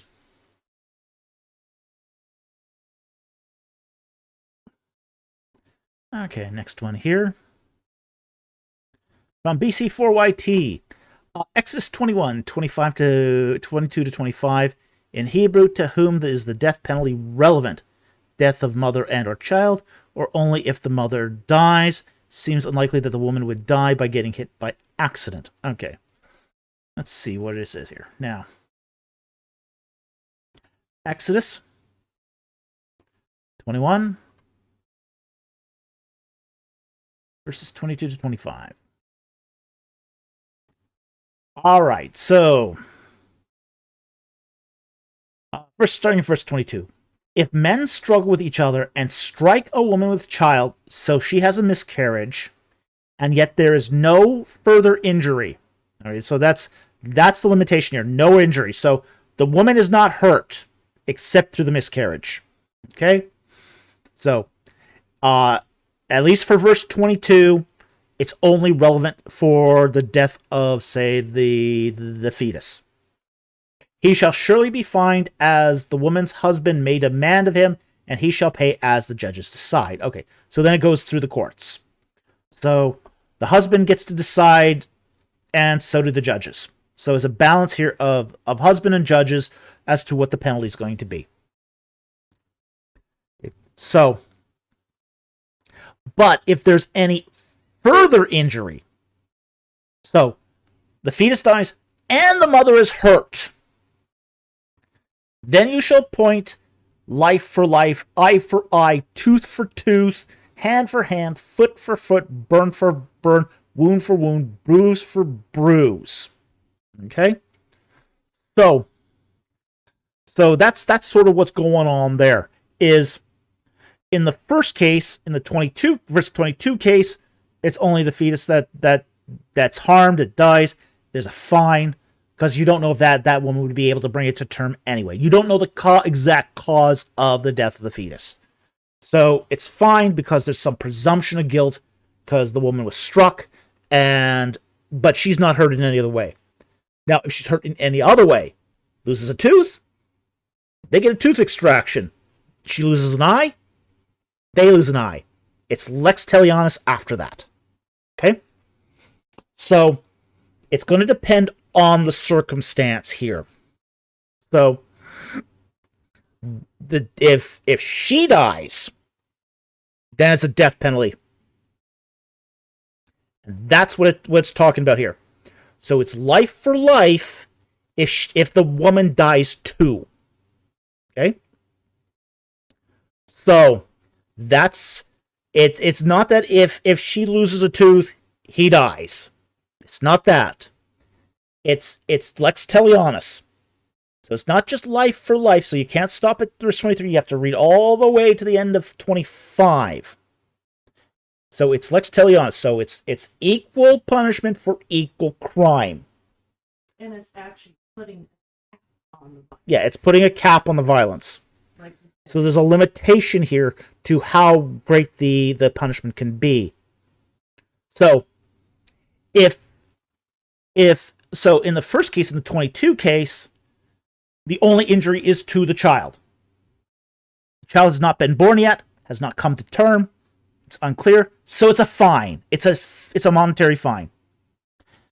After that, if there's any injury to the woman, her injury takes priority. At that point, it's not an injury of the child. It's an injury to the woman. If she loses a hand, he loses a hand. If he kills her by mistake, he dies. So it's, in the case of both the death of the mother and the child, you can only kill the guy once. So at that point, he gets the full impact of her death.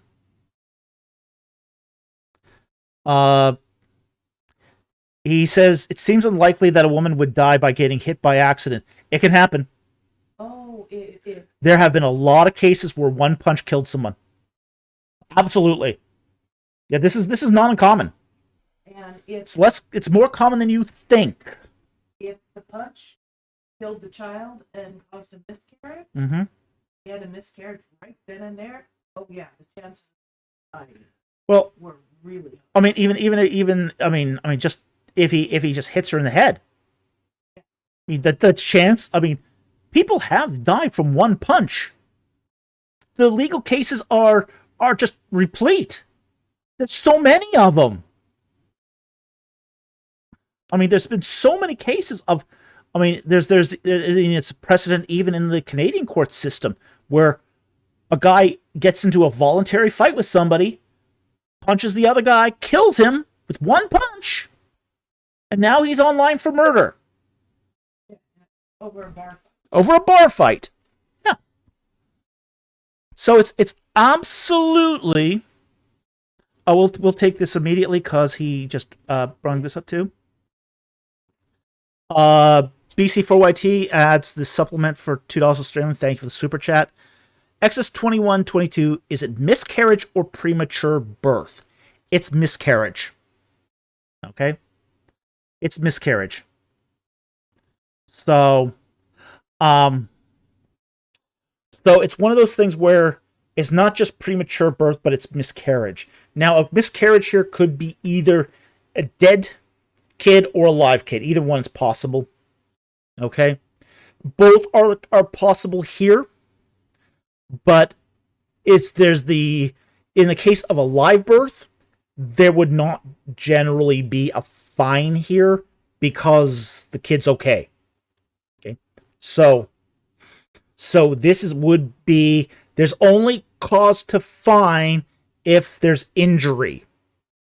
And that's sort of what's going on here is, and all these things, there's you only punish injury.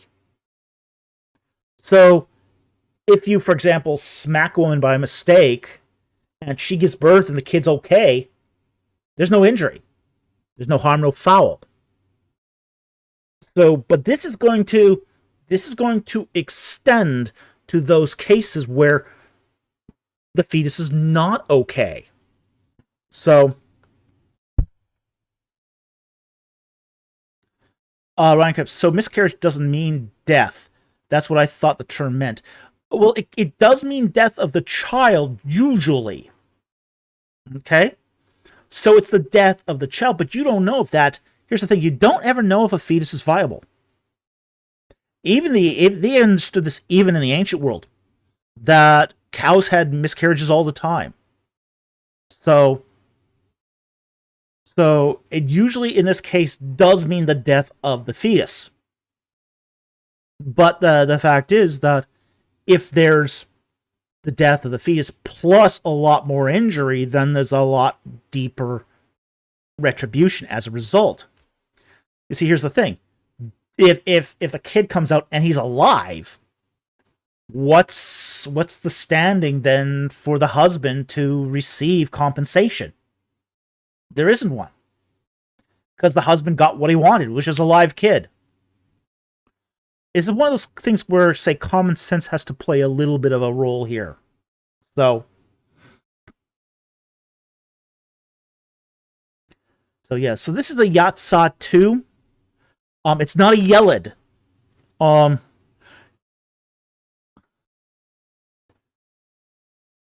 BC, but it's Yatsa, not Shikole. But here's the thing. I mean, if it was, if she Yelids, that's to give birth. Yelid is to give birth. Yatsa is, it comes out.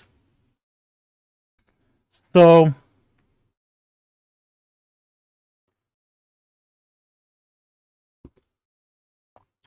I think in this particular case it is probably a miscarriage, not a live birth as per se. Okay, so let's move on here.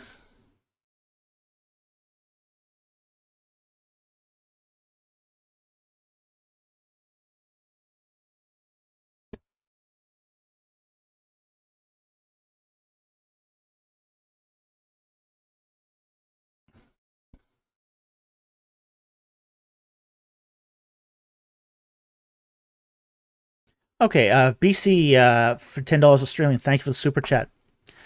Interesting objection I've read the other day. Okay. Why didn't the risen Christ appear to his enemies, such as Pilate, for instance? Wouldn't that have been rocket fuel for the growth of Christianity? Or why? I mean, if he appears to the enemies, what is that going to do? I mean, look, there are people today that have seen, angels, and they still don't believe. Appearing to one's enemies doesn't mean they're going to believe. Never does. Never has. As I say, I know people who have seen angels and they still don't believe. Sometimes it happens. Ron Concap, he appeared to Paul. Yeah, sometimes it works, but generally it doesn't.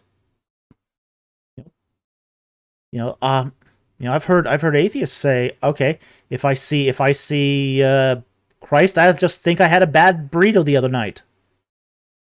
There's a lot of ways that just people will justify their unbelief. So Caesar would panic and declare war on the kingdom of heaven. Yeah, let's see how that goes for him. Yeah, no, I don't think so. It's a thing people say, but reality. Well, it's the Lazarus thing too. When yeah, all the neighbors were around.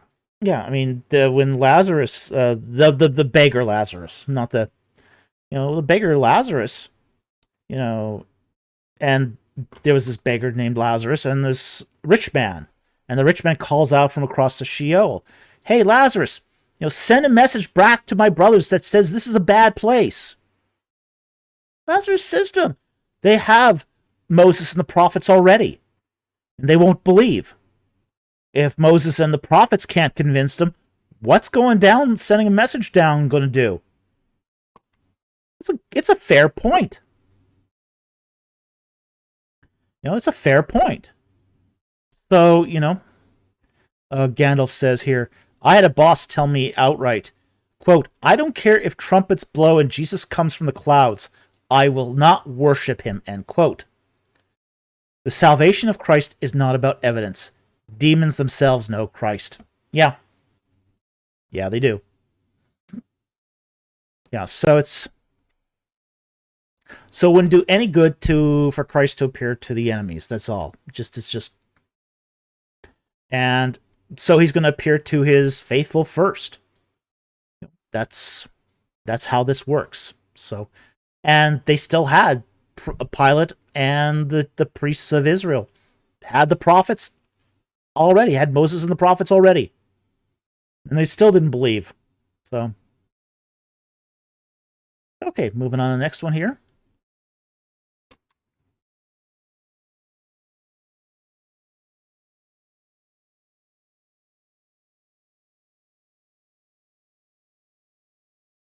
Okay, next one here is from BuzzFeed for $1.99. Is Arioch of Eleazar in Genesis 14 Rin Sim of Larsa? Well, let's pull up the passage here, and then we'll take a look here. Genesis 14.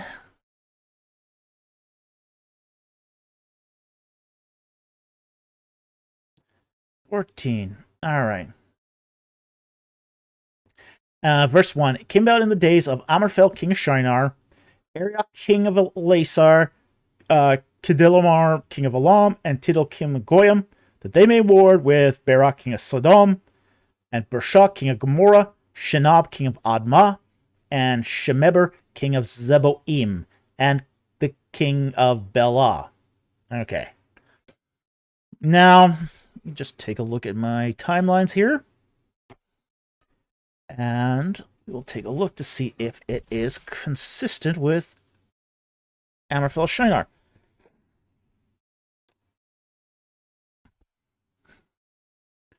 Okay. When we talk about Amraphel Shinar, that's probably the only one we can actually date, because that is probably Hammurabi of Babylon. And it was probably in his 40th year that he went on campaign. So, first dynasty of Babylon, his date for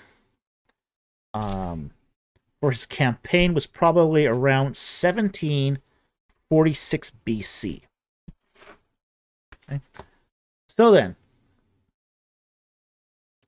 we look then at Rim-Sin of Izn, Larsa.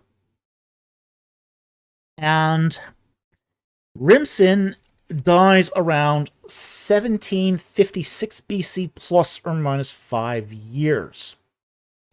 So he dies about a decade before that campaign into the Levant.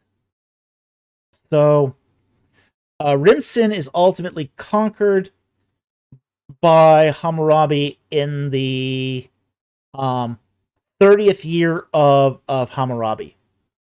So Larsa falls to Hammurabi in Hammurabi's 30th year. So I don't think Arioch is Rim-Sin. So it just doesn't fit the evidence we have. But there are also a lot of other local kings too that it could have been. And the problem here with Arioch is it's kind of a common name. So we would probably be better off if we could figure out what Elasar was, but I'm not really sure what Elasar was. So that's kind of, it's going to be difficult to really sort of pin that down. But Rim-Sin's out of the game by the time of that conquest to Canaan. So I don't think it's Rim-Sin. I don't think it's Rim-Sin. So but it's as good a guess as any as far as, say, a potential candidate. I mean, yeah, but this is how we do things. We propose a candidate. Does it fit the evidence we have? Yes or no? Okay. Rim-Sin was conquered in the 30th year of Hammurabi. Probably not Rim-Sin. Probably too late for Rim-Sin, or too early for Rim-Sin. So, but that doesn't mean that some other candidate might not be acceptable, or that some other candidate could work here. So, and Rim-Sin the second is too late. So Rim-Sin the second is in comes to the throne in 1735. So it's probably not Larsa. Okay, so anyway, I hope that helps. Thank you for the super chat. Very much appreciated.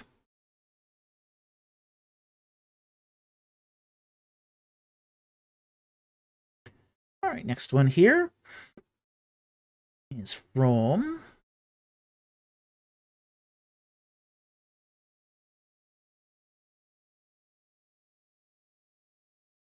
we're going way down.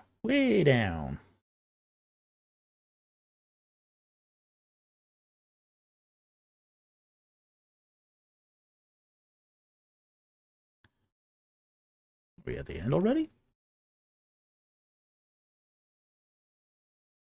We're almost at the end. We've got 2 more left. It'll be a really early night. BC4YT asks for $5 Australian. Thank you for the super chat. Had a guy trying to tell me he hears God and doesn't need / trust the Bible. Oh, I've heard this before. Yeah, I don't need the Bible because I'm closer to the source. That's a formula for error. Okay. I heard a pastor say that once. That one shocked me. Because, pastor, your job is to preach the word of God. So you don't need the Bible anymore because you're closer to the source? And God talks to you directly? Yeah, that's a formula for error and heresy. So, like you said, all the books in the Old Testament were judged on what they already yeah. based on the Bible. Any New Testament were judged according to the Pentateuch. Yeah. Ergo, anything you hear from a spiritual source, you better check against the Word of God. Oh yeah, yeah. Now, anyone who says that they don't need or trust the Bible anymore, that they can just go directly to God and get the revelation, that's just, that's a formula for error and heresy. So, I've never met a pastor who said something like that and remained orthodox, small orthodox. Okay. They usually drift very, very quickly into all sorts of strange beliefs and errors. In the middle of it. Yeah, and they're already in the middle of error when they bring this up. So, B.A. Gandalf the Base. There's a modern prophet, and BC didn't tell us until now. Could be. So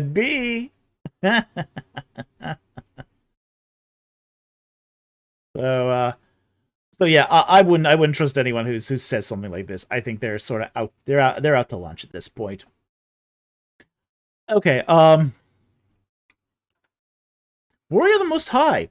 I don't remember it correctly, but I think it's Petrovich who said Rimsin's brother, Warka or something, was Ariakov of Larsa. Yeah, I'm not. I wouldn't trust that. Now, I do have Petrovich news. Ooh. Petrovich has made a big announcement just recently. Don't know if you're aware of this, but Petrovich is starting his own YouTube channel. This should be interesting.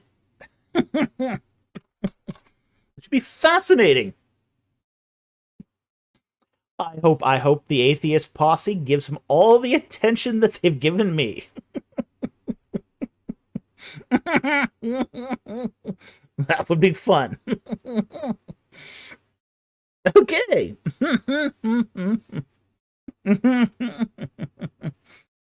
Oh boy.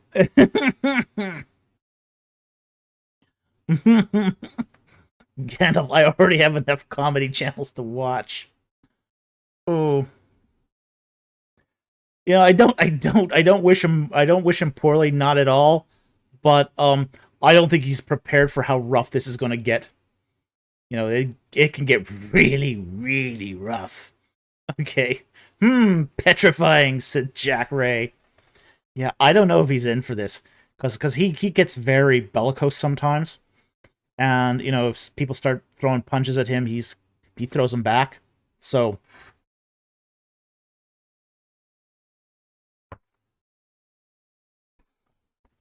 but anyway, he's starting his new channel. It was a big announcement. He did it on Academia this week.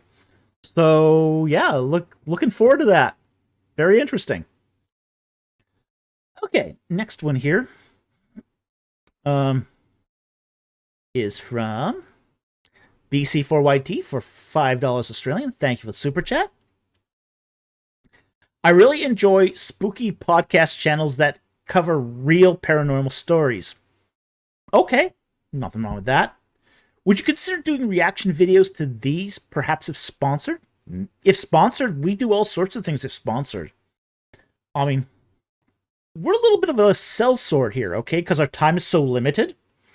If it's properly sponsored, yeah, we do all sorts of things. I mean, we did the, what's it called now? The Assassin's Creed Origins. That was entirely sponsored. Yeah, by AT Ministries, not Origin. Okay, let's just make sure that we okay. So he's free to recommend them. So either here on a Friday night. So what I would drop it in a. So what I would recommend is you come onto our Discord server, DM me, tell me what you want to. Ox carts have never been the same. Oh no, those ox carts have never been the same. Grand Theft Ox Cart, epic, absolutely epic. Good times. Okay. So anyway, here's the process. come on to the Discord channel. Normal what's it called now? Consulting rates apply. Okay, so if you do want to sponsor it, it would have to be worth my time to do it. You're not going to get it for $5. Sorry. There have been some people who've asked to sponsor something and want to pay like $20-$30, and it's like, no, that's not worth my time. So it would be, I do have a standard consulting rate. It would have to be consistent with that standard consulting rate, and then we could then talk and see what you want to do and want me to do, and we can do this. Okay? So, yeah, this could be done. All right? So, it's something that I'm not opposed to doing. So we can, again, come onto the Discord and we'll talk about this. All right? Thanks a lot. Thank you, and thank you for the super chat. Okay, I am going to take a brief break here, and I'll be right back.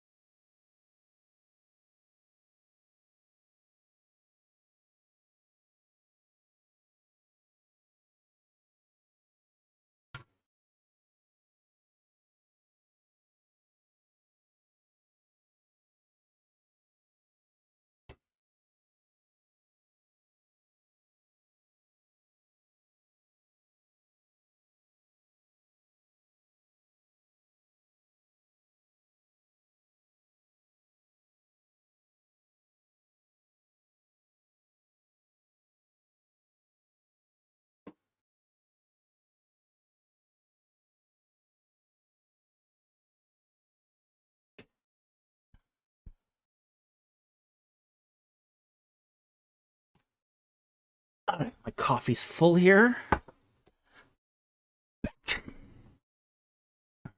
And we're back. Coolness.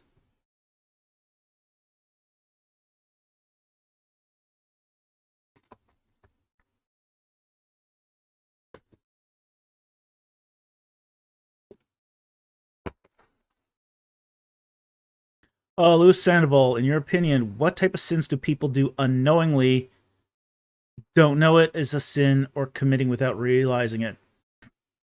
Yeah, I have one more super chat here. Oh, answer that one first? All right. Oh, sponsoring a question? Okay.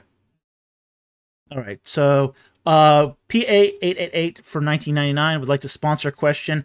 Mrs. Producer says we're going to sponsor this one, so we'll sponsor this. This one will be sponsored. So, thank you very much for that super chat. In your opinion, which types of sins do people unknowingly don't know it's a sin or commit without realizing it? It's going to depend upon how they were raised. We heard a pastor tell us about a couple he was counseling who were shacked up together prior to marriage. And he said, "You do know that's a sin, right?" And they were shocked. Shocked. They had never heard it was a sin. It's like they had never, and these were church going, a couple who were church going people. They had never heard in 20 plus years of being in the church that sex outside of marriage is a sin. So, but people commit sins all the time without knowing it. Oh, it's just a white lie. Oh, gossip. Gossip's a big one. People gravitate to gossip almost intuitively. And on on social media, 99% of Yeah. slandering lies. Yeah, slandering, loss, gossip, lies. These are all sins, but people seem to do it as if they are unaware it's a sin. So, yeah, Scott, more than common law marriage is a sin. I'm shocked also. Yeah, you're not that shocked. Come on, you're not that shocked. Yeah, right. Jack Ray. Shocked. I'm shocked. Shocked to find that gambling is going on in here. Yeah. Yeah, so all sorts of people do sins without realizing they're sins. And it's for them it's just normal behavior. So if they wanted to find out it was a sin, they can. But oh yeah, a lot of gossip goes on in prayer circles. Yeah. Slandering too. It's just slander. Yeah. For brother X. Yeah, let's pray for brother X who's a wino. Yeah. Who's committing adultery on it. Yeah. Let's pray for brother Y who's committing adultery on his wife. Yeah. There are a lot of sins, that people don't see as sins anymore, and it's just more a lack of education of what's the law, what's acceptable. So, stealing from your boss, that's okay because he was going to rip you off anyway, right? He's not giving you the full benefit of your labor. So taking a stapler here and there, some pens, a ream of paper, a wad of cash. You were owed it anyway. Well, the whole idea of not working. Yeah, wage theft. Not working while you're on the job is a kind of wage theft. Okay, that's a sin. That's theft. But then again, too, so is the opposite when employers try to force free overtime from their employees. That's wage theft too. So You do to put in an hour, yeah, which is a part-time job. Yeah, put in another 20 hours of your work week just to be a team player. Yeah, that's wage theft.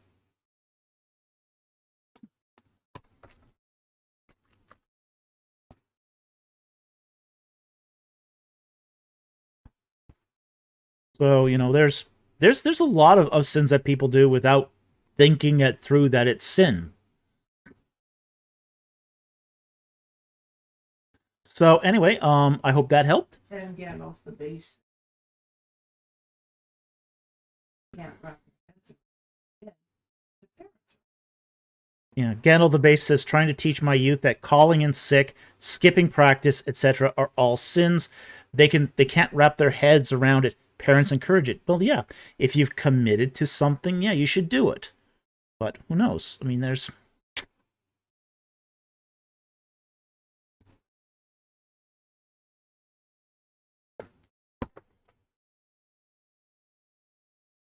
Okay. And there's one other super chat here is from BC who says, for $2 Australian, thank you for the super chat. Thoughts on the Winger Bethel revelations? Ooh. Alright, I'm going to side with Winger here. I normally side with Winger on when he goes after stuff like Bethel. Because Bethel's whacked. I mean, it's that whole counterfeit revival thing. Yeah, that's what's happened to your friends in the revival.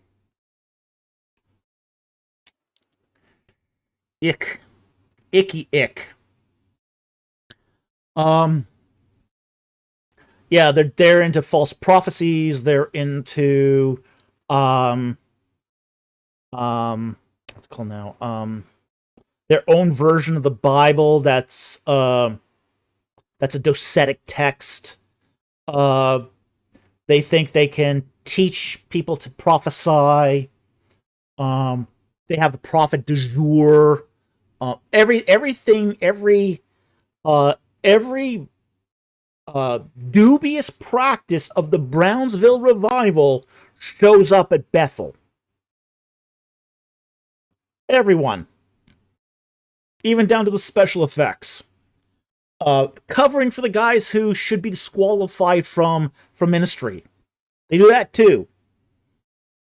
So yeah, it's just, oh my gosh. Yoga leggings? He says, apparently you can buy prophetic yoga leggings. Oh, good grief. Yeah, I mean, it's a marketing scam. Good. Did you see what DBC said?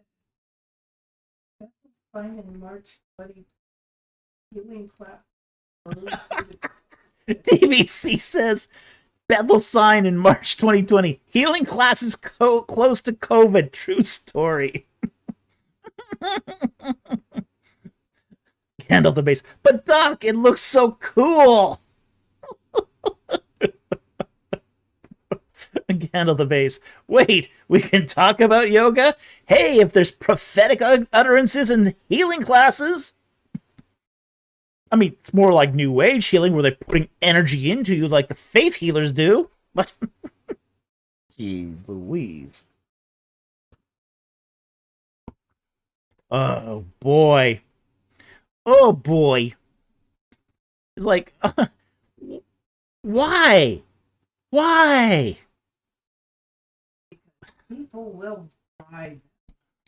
Oh, yeah, and their goofy Bible translation is just out in left field. The Passion Translation. That's theirs. That is so dreadful. The Passion Translation. I mean, I'm still looking forward to when they publish their Passion Translation for the Book of Exodus. Haven't seen it yet, though. I refuse to call that a translation.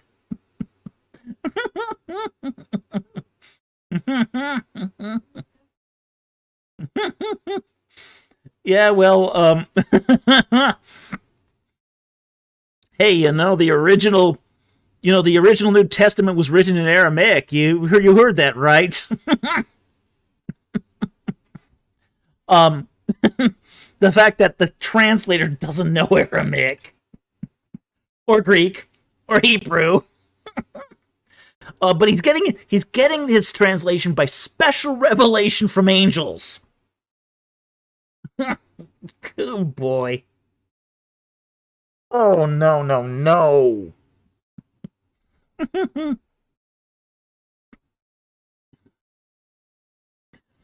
Rich Adams says, had friends which attended Bethel for a while. They sent us a paper on dream interpretation. It was weird to say the least. Hey, if you're gonna do dream interpretation, you gotta go by the handbook, man. The Ebers Papyrus. Or, sorry, was it Papyrus Ebers? No, Papyrus Westcard 3. Okay, the dream book. You have to use the dream book that Joseph did. Okay, if you're not using that, you're not using the real dream book.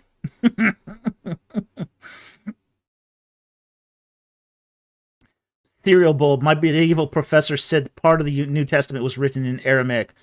What part? Like the one sentence, like Eloi, Eloi, lama sabachthani? That's about the only passage of Aramaic that's the longest piece of Aramaic in the New Testament. That one snippet. There is no big passages of Aramaic in the New Testament.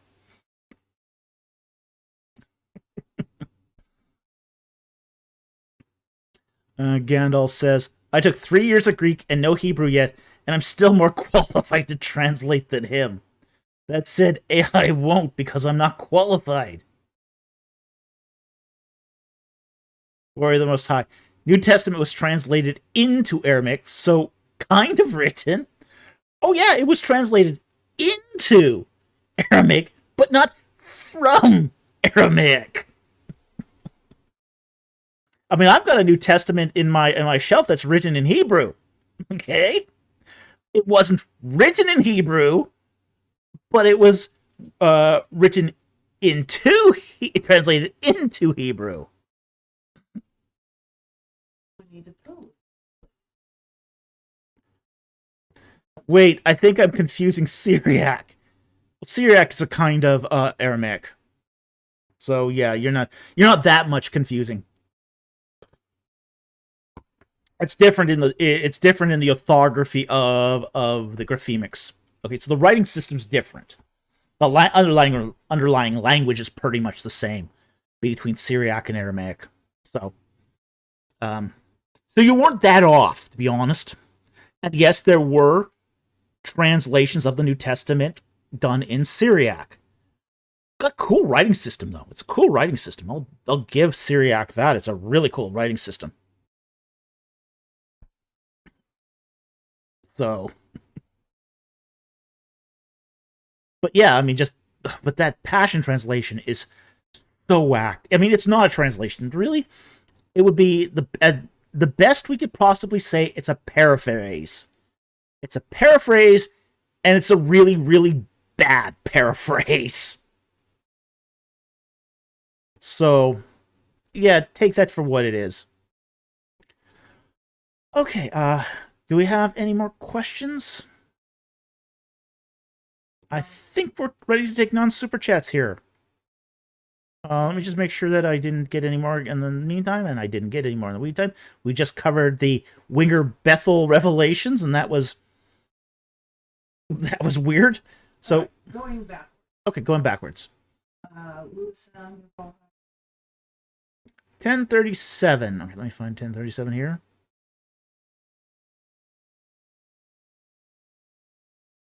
Job's complaints. Okay, Louis Sandoval asks, does Job's complaints count as praying since it's basically talking to God? No. Sometimes he's talking to God, sometimes he isn't. Most of Job is in poetry, which is a compressed language. It's compressed language. So he's really sort of condensing a lot of the stuff that's happening there. So basically the guy who compiled Job is taking a lot of stuff, compressing it way down, and some of them are prayers. Could be classified as prayers. For example, at the end of Job, when God reveals himself, yeah, you could count that as a prayer, because Job is at that point talking directly to God. His early laments, not so much, I would say. Yeah. Again, base, they classify as laments, don't they? Yeah, they could be. You could classify them as laments. So yeah.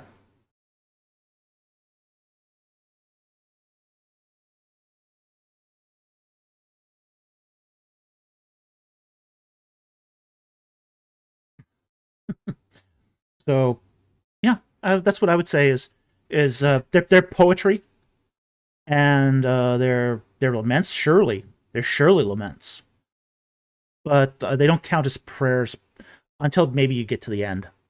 So,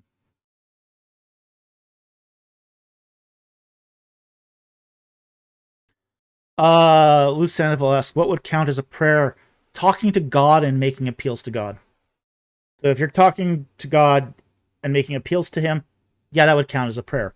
The introduction chapters of Job don't count as, I mean, he's not really talking to God, he's just sort of whinging.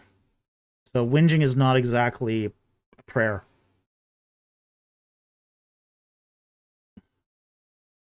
Will asks, did the Egyptians actually record the 7-year famine in the Bible or any of that? No, they didn't.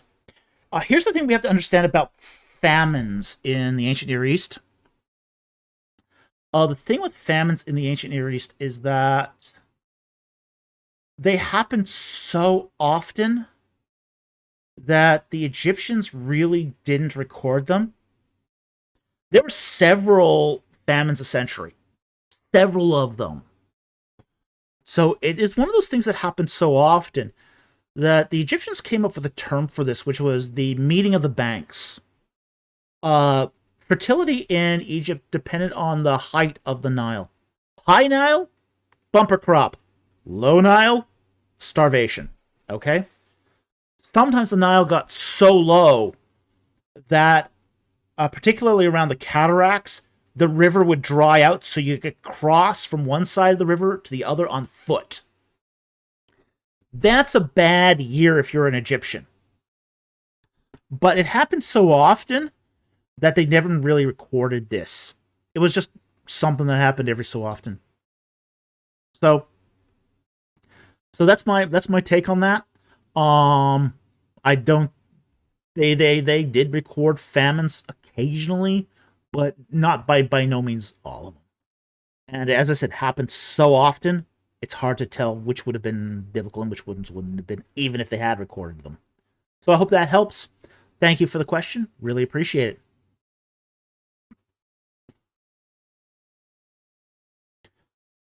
Okay, Gandalf the Base. Do you think Job happened, or is it just the story? I think a little of both. I think it's one of those sort of mytho-history kind of stories. I think there was a historical Job.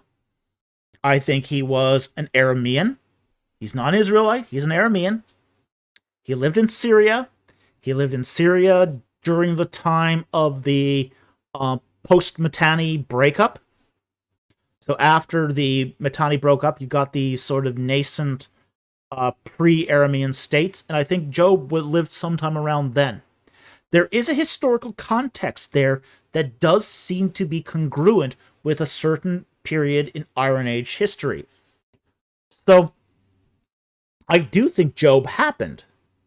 And it is consistent with the presence of the Chaldeans. So again, there's all of that's sort of historically consistent, but it's also been, say, a lot of it's been analogized so that Job's plight sort of rises up into the drama of the divine. So this is what we would call mytho-history. So there is a core of truth to it, a real Job probably that existed, and that his plight became part of that drama to the gods. So yeah, I think it's a both kind of thing. There's a real Job where real bad things happened, and he had bad friends and a bad wife. That one I can believe. But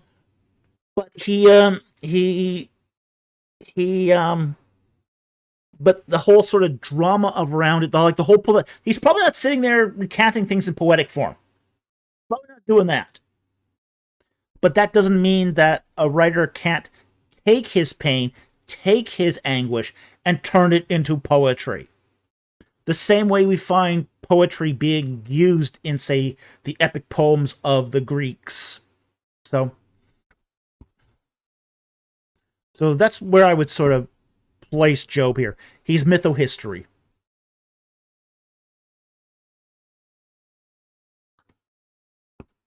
Okay, what's next?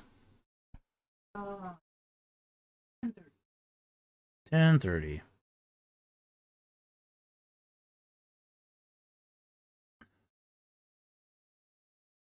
DBC at 10:30. Okay.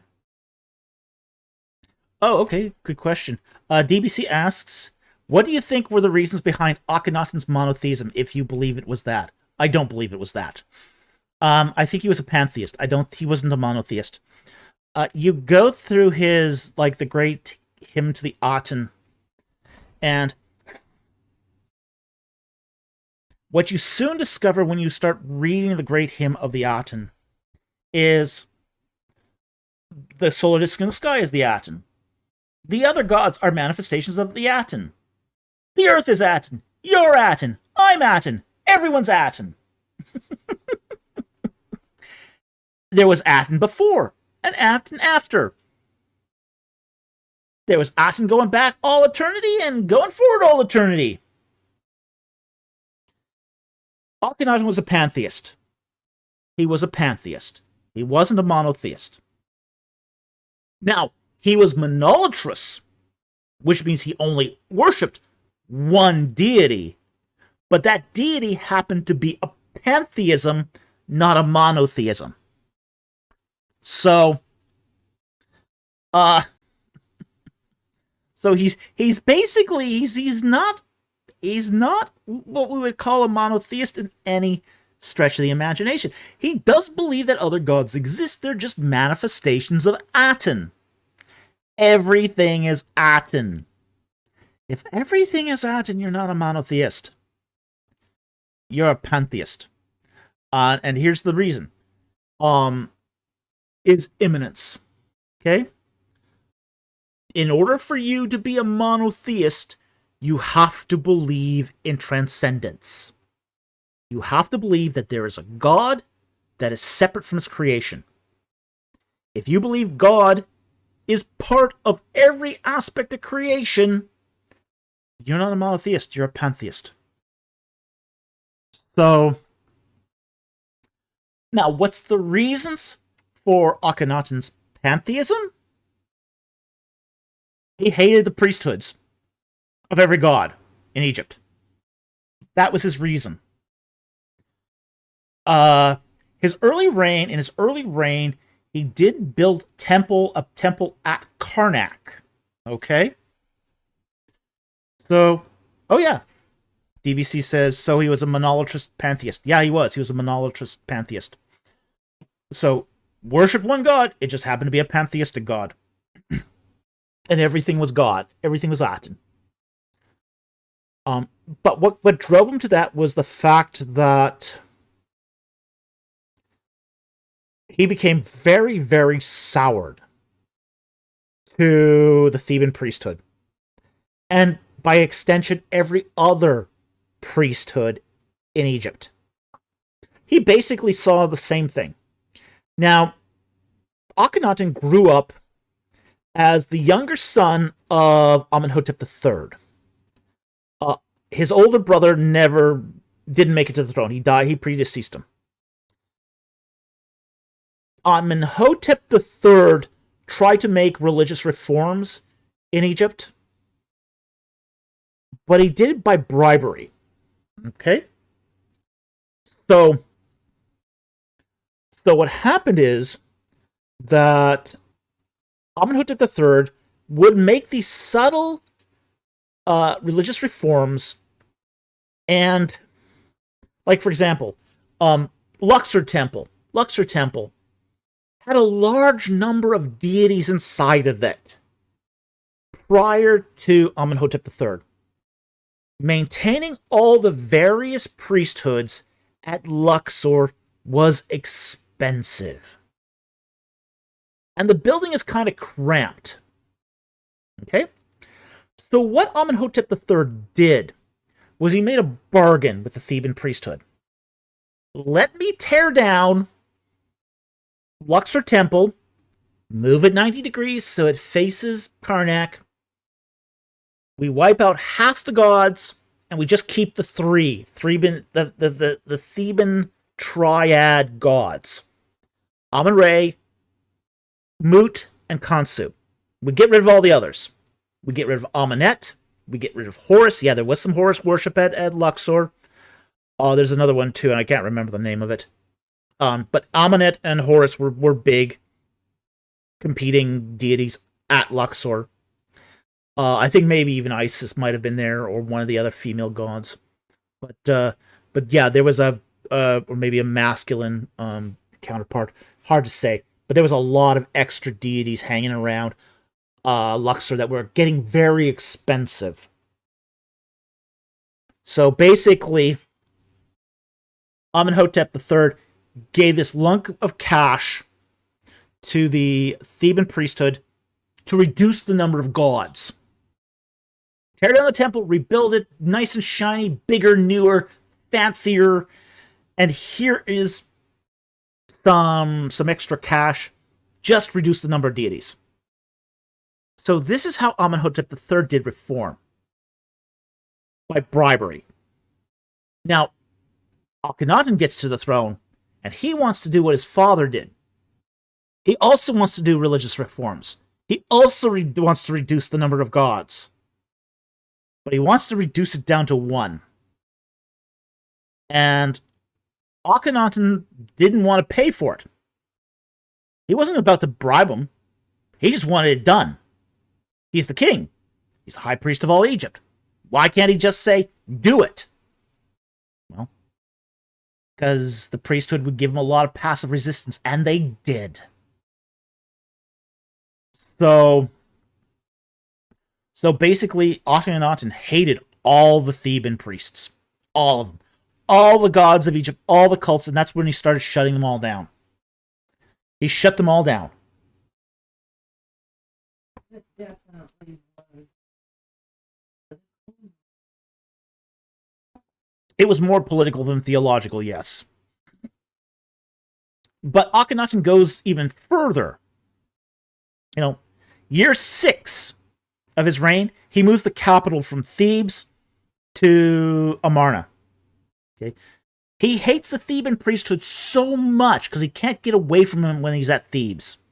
Yeah, he might be across the river at West Thebes, but he can't escape their influence, even in West Thebes. So he picks up, and he moves his capital to Akhetaten. And that's where he starts his new solar cult. So, but that's the reason, is because he can't get his reforms through in any other way. So this is it's partially political, it's partially financial. There were a lot of factors that played into Akhenaten's pantheism. But that's really where it comes from, is that sort of animosity that he had with all the other cults of Egypt. Ones that wouldn't let him do what he wanted to do, essentially. Okay, so I hope that helped. Thank you for the question. Very much appreciated. What we got next? One. God. 1026.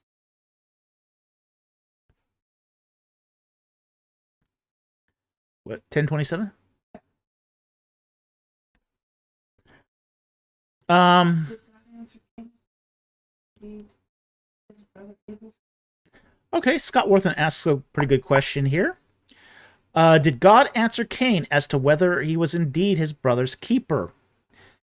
No. You don't have to answer what's obvious. Okay? And when Cain asks God, am I my brother's keeper? No, he doesn't answer that question. How God answers is the blood of your brother cries out from the ground. Okay? God exposes the misdirection. Okay? He's trying to divert. Cain is trying to divert attention away from his guilt. So God doesn't have to answer if he is indeed his brother's keeper, because he's his brother's killer. Okay? You don't have to answer the question of, are you his keeper, if you're his killer? It's trying to misdirect God, and God's not having it. Yeah, because God says, where's your brother? And he says, am I his keeper? Like, no, you're his killer. Yeah, exactly. You know exactly where you buried him. Exactly. Okay, so I hope that helps. Thank you for the question. Very much appreciated. All the way to 802. All right. on,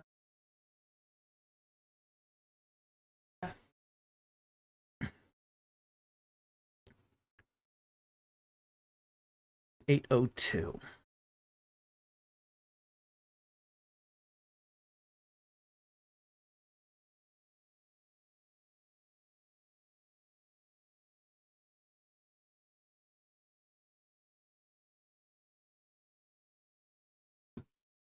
Mm.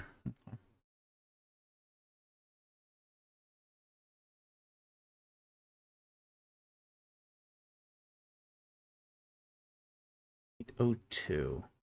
Taking me a while to get there. All right. Louis Sandoval asks, did ancient Israelites view Satan as later Christianity? No, they didn't. Okay? We have to understand that in the Old Testament, the term Satan. Hasatan means the adversary. It's a job description. Not every Satan in the Old Testament is an evil entity. With the incident of Balaam, Balaam is told that the angel of the Lord is waiting for him as a Hasatan, as a Satan. Okay. Is the angel of the Lord evil? No. Therefore, is every Hasatan evil? No. Okay? At least not in the Old Testament context. Now, in the Old Testament context, Satan, Hasatan, is used as a job title, the adversary. And it could be any particular adversary. Okay? It can be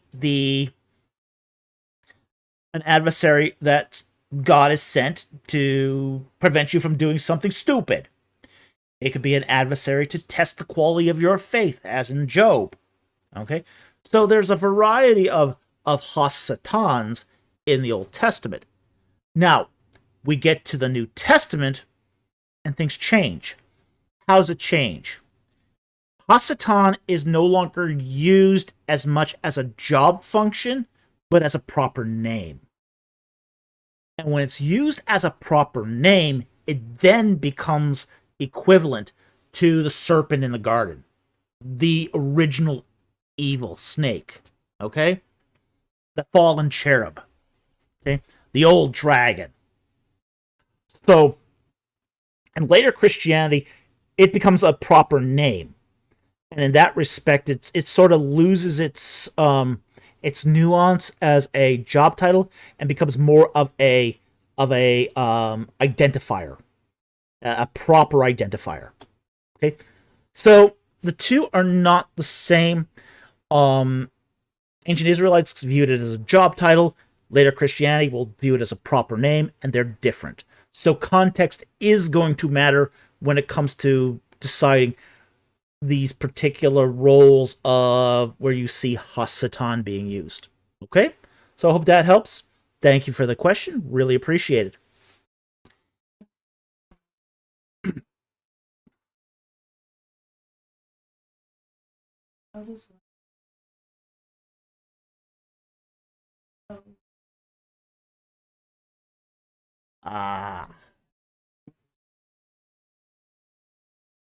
Okay. What's the 10 foot? 1048. Okay, we got a discrete question at 1048. We're going to take this with every grain of seriousness.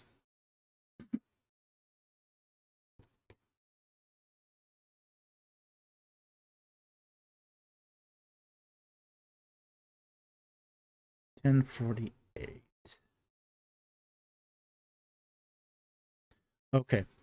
Louis Sandoval asks a discrete question here, and we will answer this as best as we can. And he asks, how does one control inappropriate dreams if you know as a male while sleeping? Just asking in order to be in correct relationship with God. And what he's talking about here is something that biologically is known as night emissions. Okay? The fact is you can't control them. You can't control them. There's no way to control those dreams. They are biologically programmed into male anatomy. Okay? Here's what you have to do. Okay? You have to recognize what they are.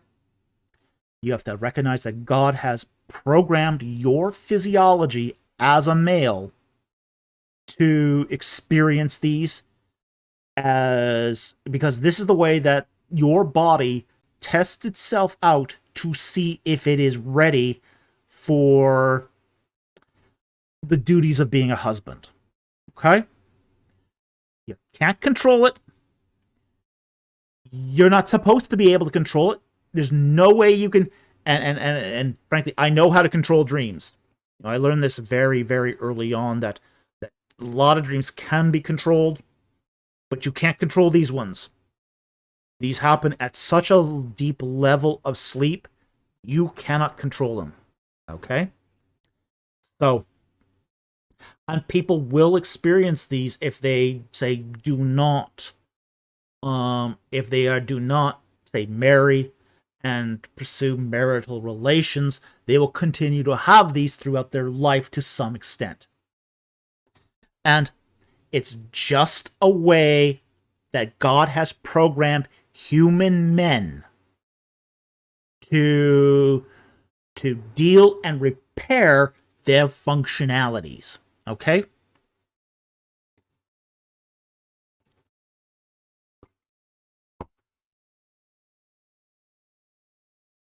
So, it's one of those things where it's normal. It's normal. It's part of your physiology. You can't control it. So there's no premeditation. There's no evil mind. There's not even, say, for example, you can't even control the lust factor. It's just part of your biology. So where there's no guilt, there's no blame. So you are right with God, even if this happens. Okay? So you just got to understand that and accept that. And, pray that God gives you the grace to reconcile it. Because, it's like 99% of men go through this. 99% of men. At some point in their life, they will go through this. It's just part of how God designed men to be. And it's part of the life cycle of a man, the same way as say, certain things that a monthly period happens for women. It's part of the biology. You can't control it. So, the fact that there is a dream associated with it, and studies have shown that sometimes this happens even without a dream. Sometimes the mind, so the body just does it anyway. I mean, there's a small percentage of men who don't actually dream when this happens. It just happens. So, there's no fault, no blame. It's part of how God designed men to be. So you just have to sort of embrace that God has designed you to be a man. And that this is just going to happen as a man. Okay? So, there's again, it does not affect your relationship with God one whit. There's no, as I said, there's no premeditation. I mean, no one goes to bed thinking, oh, I'm going to have a night emission tonight. No, that doesn't happen. Okay? There's no lust involved. It just is something that you're biologically programmed to do. It always has. There's even a section in the Torah that talks about this. Okay? There's a section in the Torah that talks about what to do if a man has a night emission, which is in the camp. If they're in the camp of Israel, they have to go ritually bathe, and they're ritually impure for a day, and then they move on. I mean, they don't even have to go do sacrifices or anything like that. Just bathe. You're ritually impure for a day, so you can't go up to the tabernacle or into the temple court. And then you move on. Because there's no moral evil associated with this at all. Okay? So I hope that helps. Thank you very much for the question. Very much appreciated. But there's no blame, no guilt. It's just part of God's design in your biology. Okay? Anything else?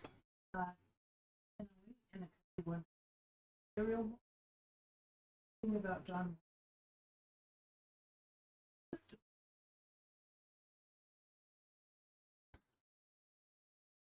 10:08. Okay.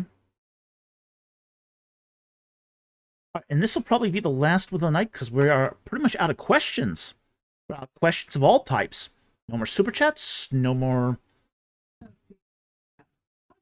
So if they want to ask non-super chats, this is their opportunity because we got nothing left. So we're almost done here. So, okay.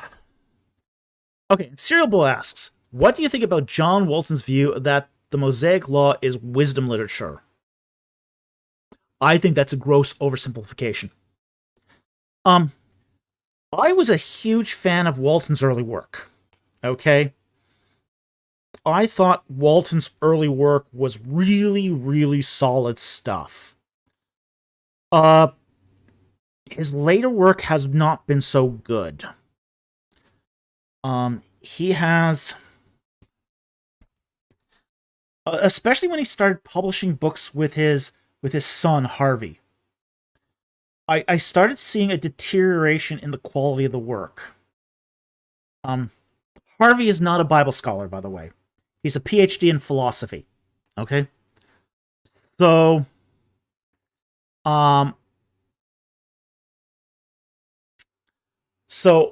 and recently he's done a book with one of his students, a female student, and on the book of Daniel. And his view of the book of Daniel, I think, is whacked. That it's all myth. Alright. So, his book on demons, where him and Harvey, write, kind of is weird too. His view on demons is, well, they exist kind of like bears and viruses exist, but they're not really intelligent, and they don't really have all that much agency. And what the Bible portrays them as is kind of like a literary metaphor. No. No.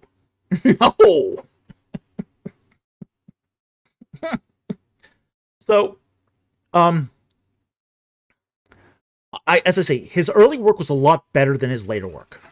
His early work that he did by himself was quite good and quite solid, but his views have drifted as he's worked more with others. I mean, I don't know if it's to prop up his son or to prop up his students, but he has started to take on views that I don't think are actually all that good. So,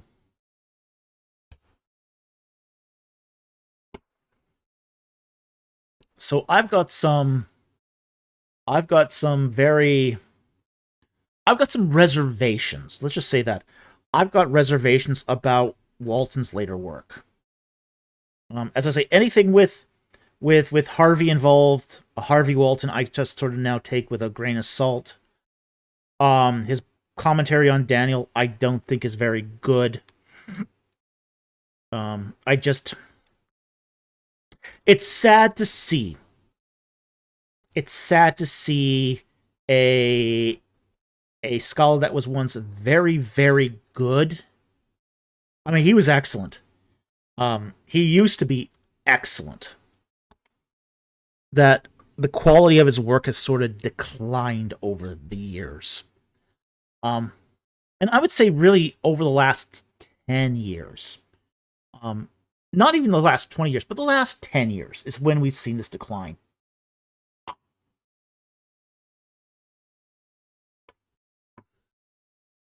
Tim Miara. Hey, Tim, how you doing?